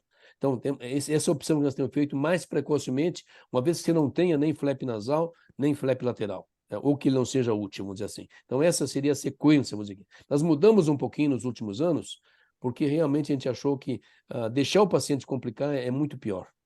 Ah, perfeito. Bom, Toda, vou dar tempo aí para os outros moderadores para fazer as perguntas. Muito obrigado e Obrigado, parabéns mais uma Matheus. vez, hein? Desculpa não ter, Obrigado. eu não sei o que Não, aconteceu aqui, cara. não, Eu imagina. Obrigado. Deu estou certinho. tentando melhorar aqui a minha audição, mas de repente, de uma hora para outra. Eu vi, mudou até. Mas deu certinho, tranquilo. Obrigado. Obrigado a eu. Tchau, tchau. Obrigado eu. Obrigadão, Matheus. Um abraço. Obrigado, Gustavo. Valeu. Gostaria de chamar o Gustavo Nogueira, que é o otorrino que trabalha aqui conosco em Curitiba, para fazer os comentários dele. Gustavo? Oi, doutor Aldo. Oi, turma, tudo Opa, bem? Então, Fala, eu Gustavo. não estou te enxergando. Estou te escutando, mas não estou te vendo. Aí, agora estou te vendo. tudo bom? Então, eu acho que um dos comentários é uma coisa que eu aprendi muito com o doutor Aldo, eu continuo aprendendo, né, com essas aulas maravilhosas, e um dos comentários que eu tenho para colocar é que, assim, lembrar que tem muito otorrino e neurocirurgião aqui, lembrar muito da parte oncológica, né?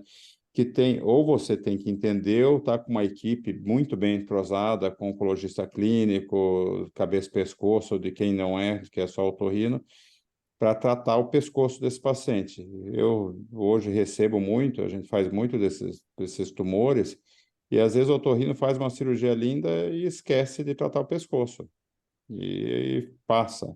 Não é incomum eu ver isso. A outra coisa que o senhor comentou sobre se pode se fazer, né, sobre instrumentos, na verdade. O senhor já usou o shaver nesses o microdebridador para esvaziar ele? Então, duas coisas importantes. Eu falei no começo, Gustavo, sobre o tumor board, né? Que eu acho que Sim. isso é fundamental, entendeu? Para É. você decidir o que for melhor para o paciente. Porque não é isso numa cirurgia que só a pessoa decide, só o otorrino decide. Tem que ter um conjunto de cabeça e pescoço, um conjunto de oncologista, para ver qual é a melhor opção para o paciente. Mas em relação ao debridador, especialmente tumores malignos, ainda os cabeça e pescoço têm uma grande controvérsia em relação a isso, você sabe. Que é exatamente se você colhe esse material para análise, está certo ou não, entendeu? Agora, isso não quer dizer que o debridador não seja útil para fazer um debooking do tumor, certo? Você tem certeza absoluta da biópsia, fazer um debooking do tumor, eu acho que é bastante útil. O grande problema do debridador, que eu sempre vejo, é que ele gosta muito de comer gordura e cérebro, entendeu? Tem que tomar muito cuidado, Uma boa. porque ele come mesmo, não brinca em serviço. O bicho tem digamos, uma guloseima, Tropismo. um apetite por gordura e por cérebro impressionante, entendeu? Então, e outra coisa importante, que o debridador, a palpação dele fica um pouco mais difícil. Mas eu acho que é uma alternativa interessante, especialmente quando você tem tumores que ocupam toda a cavidade do nariz, o debridador pode te ajudar. Para quem não conhece o debridador, é um shaver, né, que aspira e corta ao mesmo tempo, e ele pode diminuir bastante o tumor. Tem um inconveniente, que se você pega um tumor muito sangrante, ele sangra bastante. Mas como vai aspirando, você vai cortando, vai tirando, isso ajuda, diminui o tempo cirúrgico, auxilia bastante. Eu acho uma boa ideia. Os cabeças e pescoços não gostam porque se você não separar o que você está tirando para a histopatologia, eles acham que realmente você está colocando o material fora, e isso é uma controvérsia que eu levo em consideração, vamos dizer. Mas que é útil, sem dúvida. Tem uma pergunta do Breno, posso responder ele ali? Tudo bom, Breno? Que ele pergunta qual o segredo para reduzir as crostas do nariz no pós-operatório e principalmente em recidiva e pós-radioterapia. Realmente é um pepino e eu vou dar uma dica minha, depois o doutor Aldo dá dele. Eu uso muito aqui pomada, tá? Que eu desenvolvi, né, uma pomada depois de ver estava na Alemanha, daí eles pegavam e jogavam naquelas cavidades mastoides abertas a sua pomada lá de Messer Klinger. Daí eu fui ver o que era a pomada Messer Klinger, era uma terramicina. O resumo da pomada, se pegar a tradução dela, era isso, e diminuía bastante as crostas, né, em cavidades mastoides, principalmente. Daí eu comecei a usar no nariz, só que daí os pacientes reclamavam do gosto da pomada. Daí, aqui em Curitiba, eu desenvolvi, e qualquer farmácia de manipulação faz isso, eu pedi para, conversando com a farmácia, eles diluem ela em meio aquoso, que nem fosse um KY lá. Põe um meio aquoso, o antibiótico e corticoide. É só isso. O antibiótico que eu uso é a polimixina, né, que é o mesmo da terramicina, e o corticoide eu peço para colocar, dá para pôr mometazona ou hidrocortisona, e daí você põe seringa de 1 ml, pede o paciente jogar 0,2, 0,3 em cada narina. Isso reduz enormemente as crostas, tá? E principalmente esses pacientes, não só em radioterapia, mas eu tenho vários pacientes, infelizmente, com osteoradionecrose, de clivos, de palato, né? E que você não tem que fazer, ou você faz uma cirurgia mutilante, ou você vai tratando e empurrando, ele melhora, piora. Então, acho que uma das coisas que eu faço, Breno, que nessas situações, principalmente em radionecrose, né, que é o que aparece muito na radioterapia, é isso. Doutor Aldo, o que o senhor usa, os tips and tricks? Isso é um assunto muito controverso, muito difícil. Nós temos dois tipos de crosta, basicamente, a crosta hemática e a crosta infectada, né? A crosta hemática é aquela crosta pós-operatória que se resolve ao cabo de alguns meses, normalmente sem problema. A crosta infectada que é o problema. Essa necessita não somente limpezas e de antibiótico tópico, como sistêmico por um longo prazo. Então, esse é... Agora, na parte de necrose, eu acredito muito no debridamento, ou seja, o osso que tiver necrosado tem que tirar fora. Porque se deixar o osso necrosado, não cura nunca, não melhora absolutamente nunca. Então, esses pacientes, muitas vezes, o que nós temos que fazer é um debridamento, ou seja, o verdadeiro debridamento, ou seja, a remoção de todo o osso necrosado, mesmo que custe. Por exemplo, tive um caso nosso de seio frontal, que a parede anterior do frontal estava completamente necrosada, uma série de problemas, numa crinotomia frontal pós-aneurisma, remoção do aneurisma com parede necrosada. Tiramos todo fora a parede anterior, todinha, fez câmara hiperbárica, depois de 6 meses com antibioterapia, câmara hiperbárica, aí nós fizemos uma reconstrução, porque aí não tinha mais infecção. Porque se você deixar o osso infectado, pode usar o que se quiser, que não tem jeito. Ele não melhora. Tem que tirar fora o osso infectado. O osso infectado, necrótico, não melhora com nada, entendeu? E muitas vezes, se o paciente tiver um osso necrótico no clivos, o paciente tem uma fístula licórica crônica, é pior ainda. Não fecha com absolutamente nada, porque não tem tecido que grude no osso necrótico. Ele não tem vida. É um osso completamente desvitalizado, ele só cria problema de infecção. Então, esse é o que eu aconselho normalmente nos casos de necrose por radioterapia, pós-radioterapia, por exemplo, que é das principais causas que existem, vamos dizer assim, certo? Então, realmente muito complicada essa história. Todos nós temos problemas com esse tipo de paciente, não é só o Breno. Todos nós temos sabe, algum caso que a gente não esquece, que deu trabalho desgraçado, que deu isso, que deu aquilo, exatamente por causa desse tipo de situação, entendeu? Agora, eu concordo com você de que realmente é um challenge a ser tratado, entendeu? Ótimo, eu acho que tem casos que eu tenho alguns casos aqui que você não tem, você tem que tirar, ressecar também, concordo com o senhor, é debridamento e rodar um tecido vascularizado em cima, É com a única enxerto solução. vários, só que tem casos que, eu tenho um caso aqui que eu teria que tirar o clivos inteiro do paciente, e não é assim, paciente novinho, né, o paciente que já passou por muita coisa, o paciente não quer, fala, doutor, de jeito nenhum, falou, fico aqui passando, a pomada é um alívio, vou dizer assim, que ela consegue, melhora a infecção, daí ele me passa mais pomada, vai no consultório, a gente debrida. Já tentei brocar o osso assim o máximo possível, né, sem expor, né, tudo, o carote da basilar, tudo, e tá aí levando, entendeu? A gente tá levando assim do jeito que é. A gente sabe que o tratamento realmente é clássico, né, essa ressecção, todo tecido necrótico e colocar alguma coisa microvascular ou vascularizada, um flap em cima. É a única solução. Mas essa pomada dá um tapa, assim, tá, Breno? Acho que se você quiser, depois me chama no privado, a gente conversa eu te mando a fórmula e é o que eu achei que dá uma resolvida. Tá certo, tá certo. Muito Obrigadão. obrigado, Gustavo. Obrigadão, Gustavo. Bom, eu gostaria também de convidar o Dr. Ramina e depois, na sequência, o João Paulo, para poder fazer os comentários deles também, tá bem? Dr. Ramina, por favor. Obrigado. Primeiro, eu queria dar os parabéns para o Aldo. Espetacular aula, conceitos muito claros, muito assim firmes, tanto do ponto de vista neurocirúrgico quanto do ponto de vista do otorrinolaringologia. Na verdade, tem um pouco de história da nossa sociedade.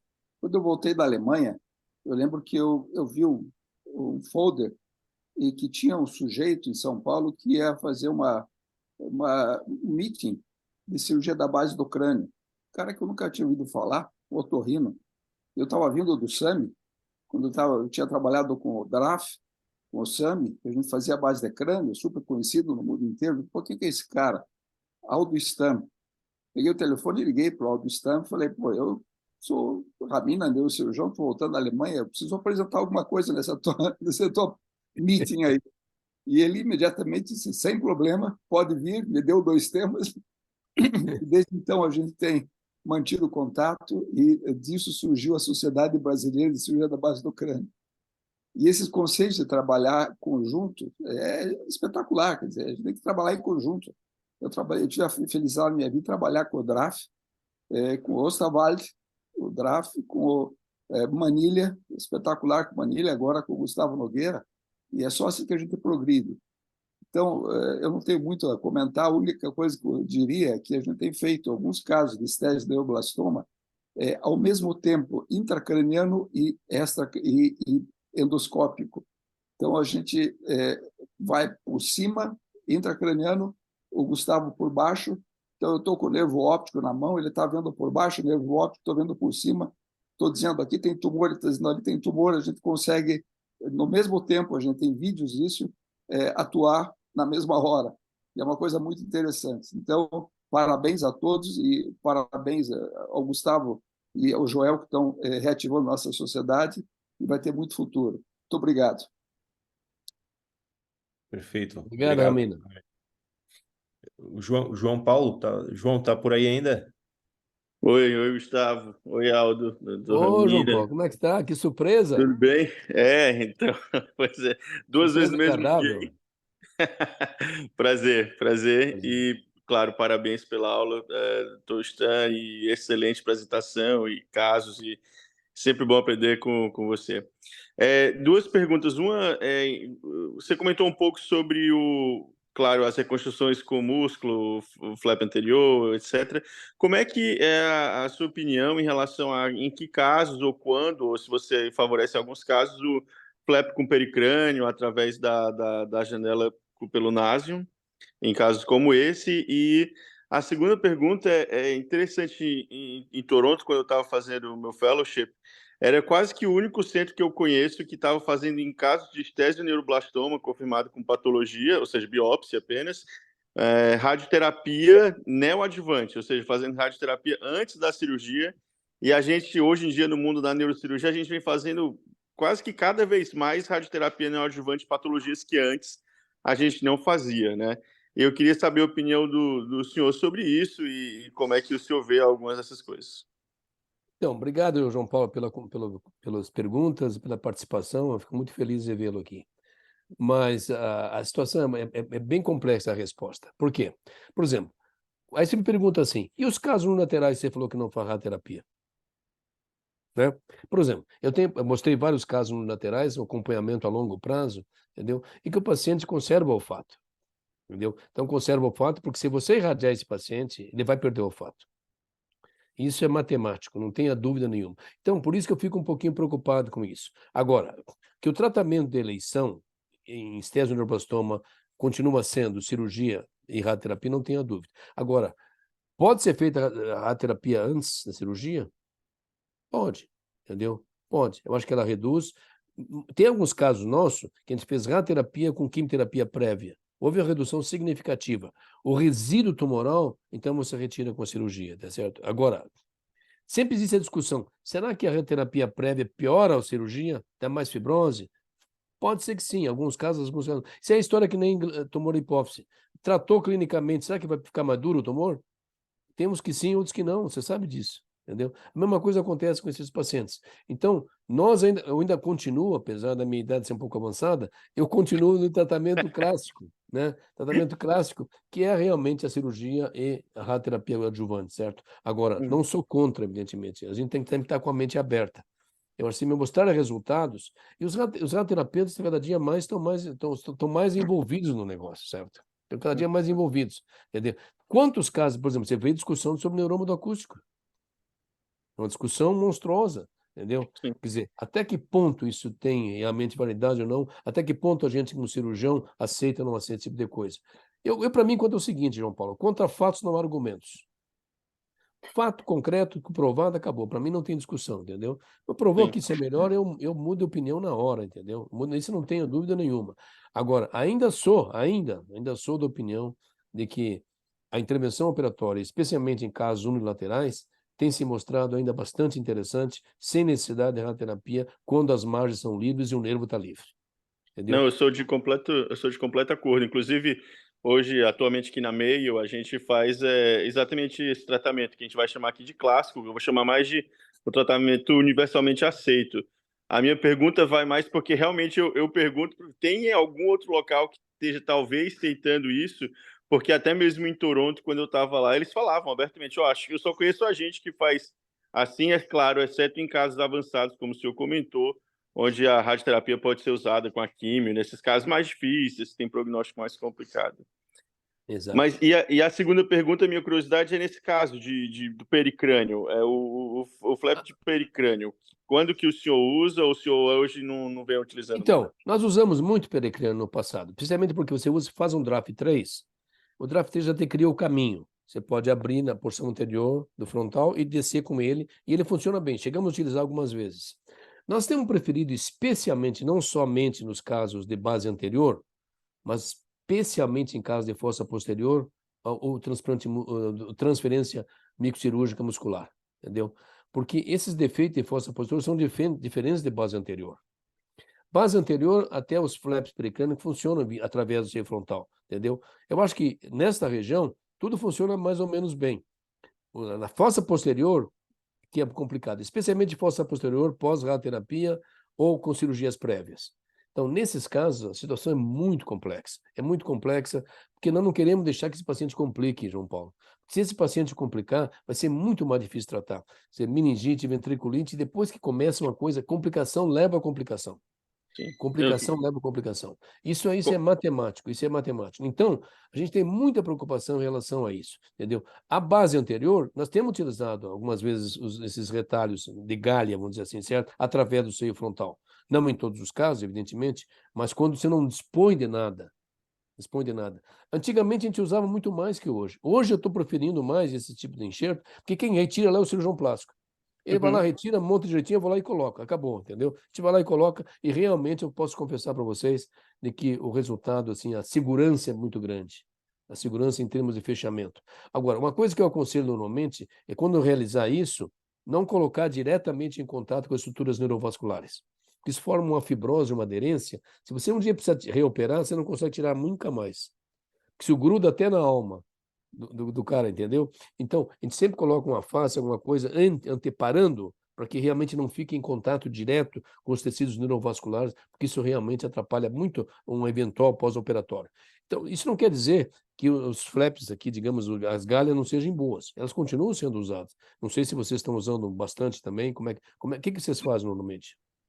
Não, em alguns casos mais raros, que acaba, como o senhor comentou, que o flap ele acaba não sendo suficiente, acaba sendo esse caso.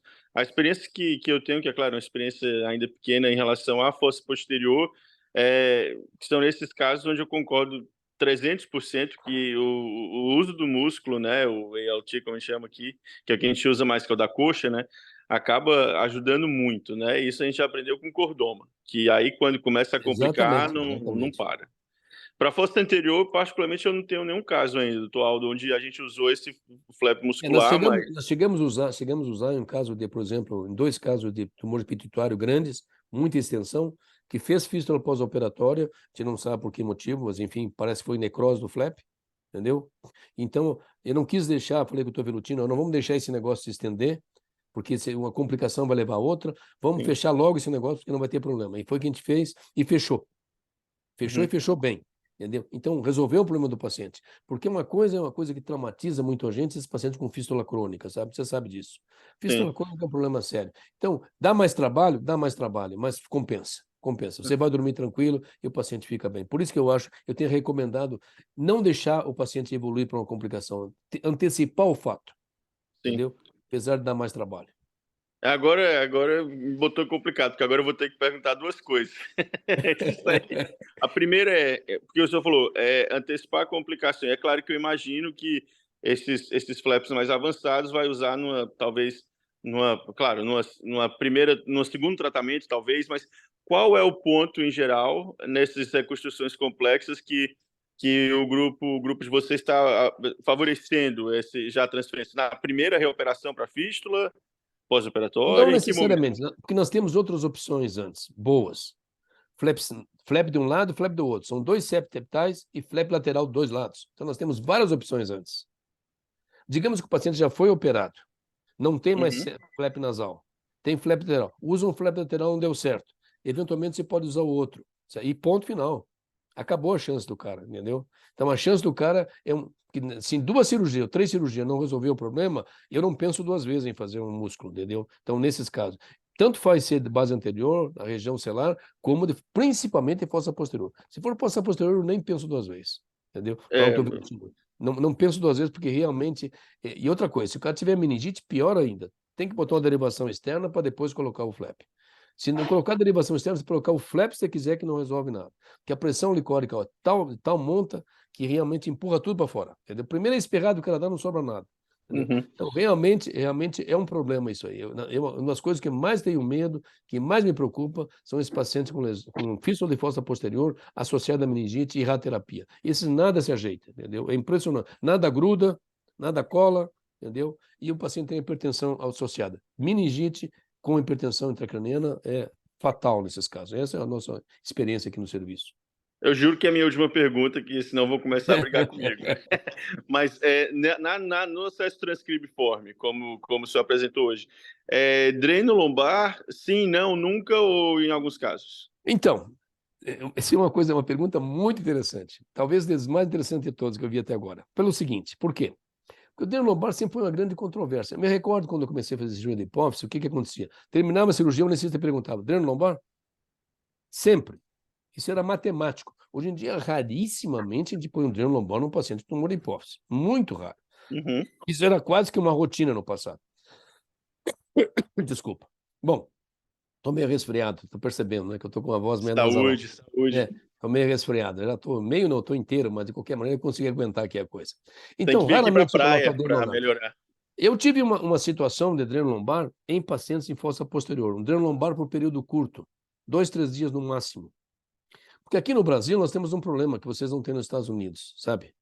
O dreno lombar muitas vezes é colocado no assoalho do paciente, no assoalho da cama, ou o paciente injeta remédio, comida no dreno lombar, entendeu? Achando que é uma sonda nasogástrica, entendeu? Então, esse é um problema sério que nós temos aqui. Então, o dreno lombar digamos, é uma faca de 2 legumes, né? Uma faca de 2 legumes. Então, pode ser. Mas eu gosto do dreno lombar em fossa posterior. Fossa posterior, que o paciente realmente tem um complemento e mais 2, 3 dias de dreno lombar, geralmente ajuda bastante. Fora isso, nós não usamos mais de rotina a dreno lombar, entendeu?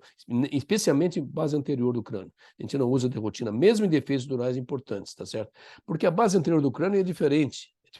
Mesmo que você tenha, digamos, que você abra a cisterna pré-pontina, vamos dizer ali, não, pré-quiasmática, não pré-pontina, desculpa, pré-quiasmática, você consegue controlar. Então, a gente tem colocado, de uma forma geral, às vezes gordura, às vezes face, às vezes duragen e flap em cima, é o tamponamento, sola de sapato, e realmente resolve o problema de uma forma geral.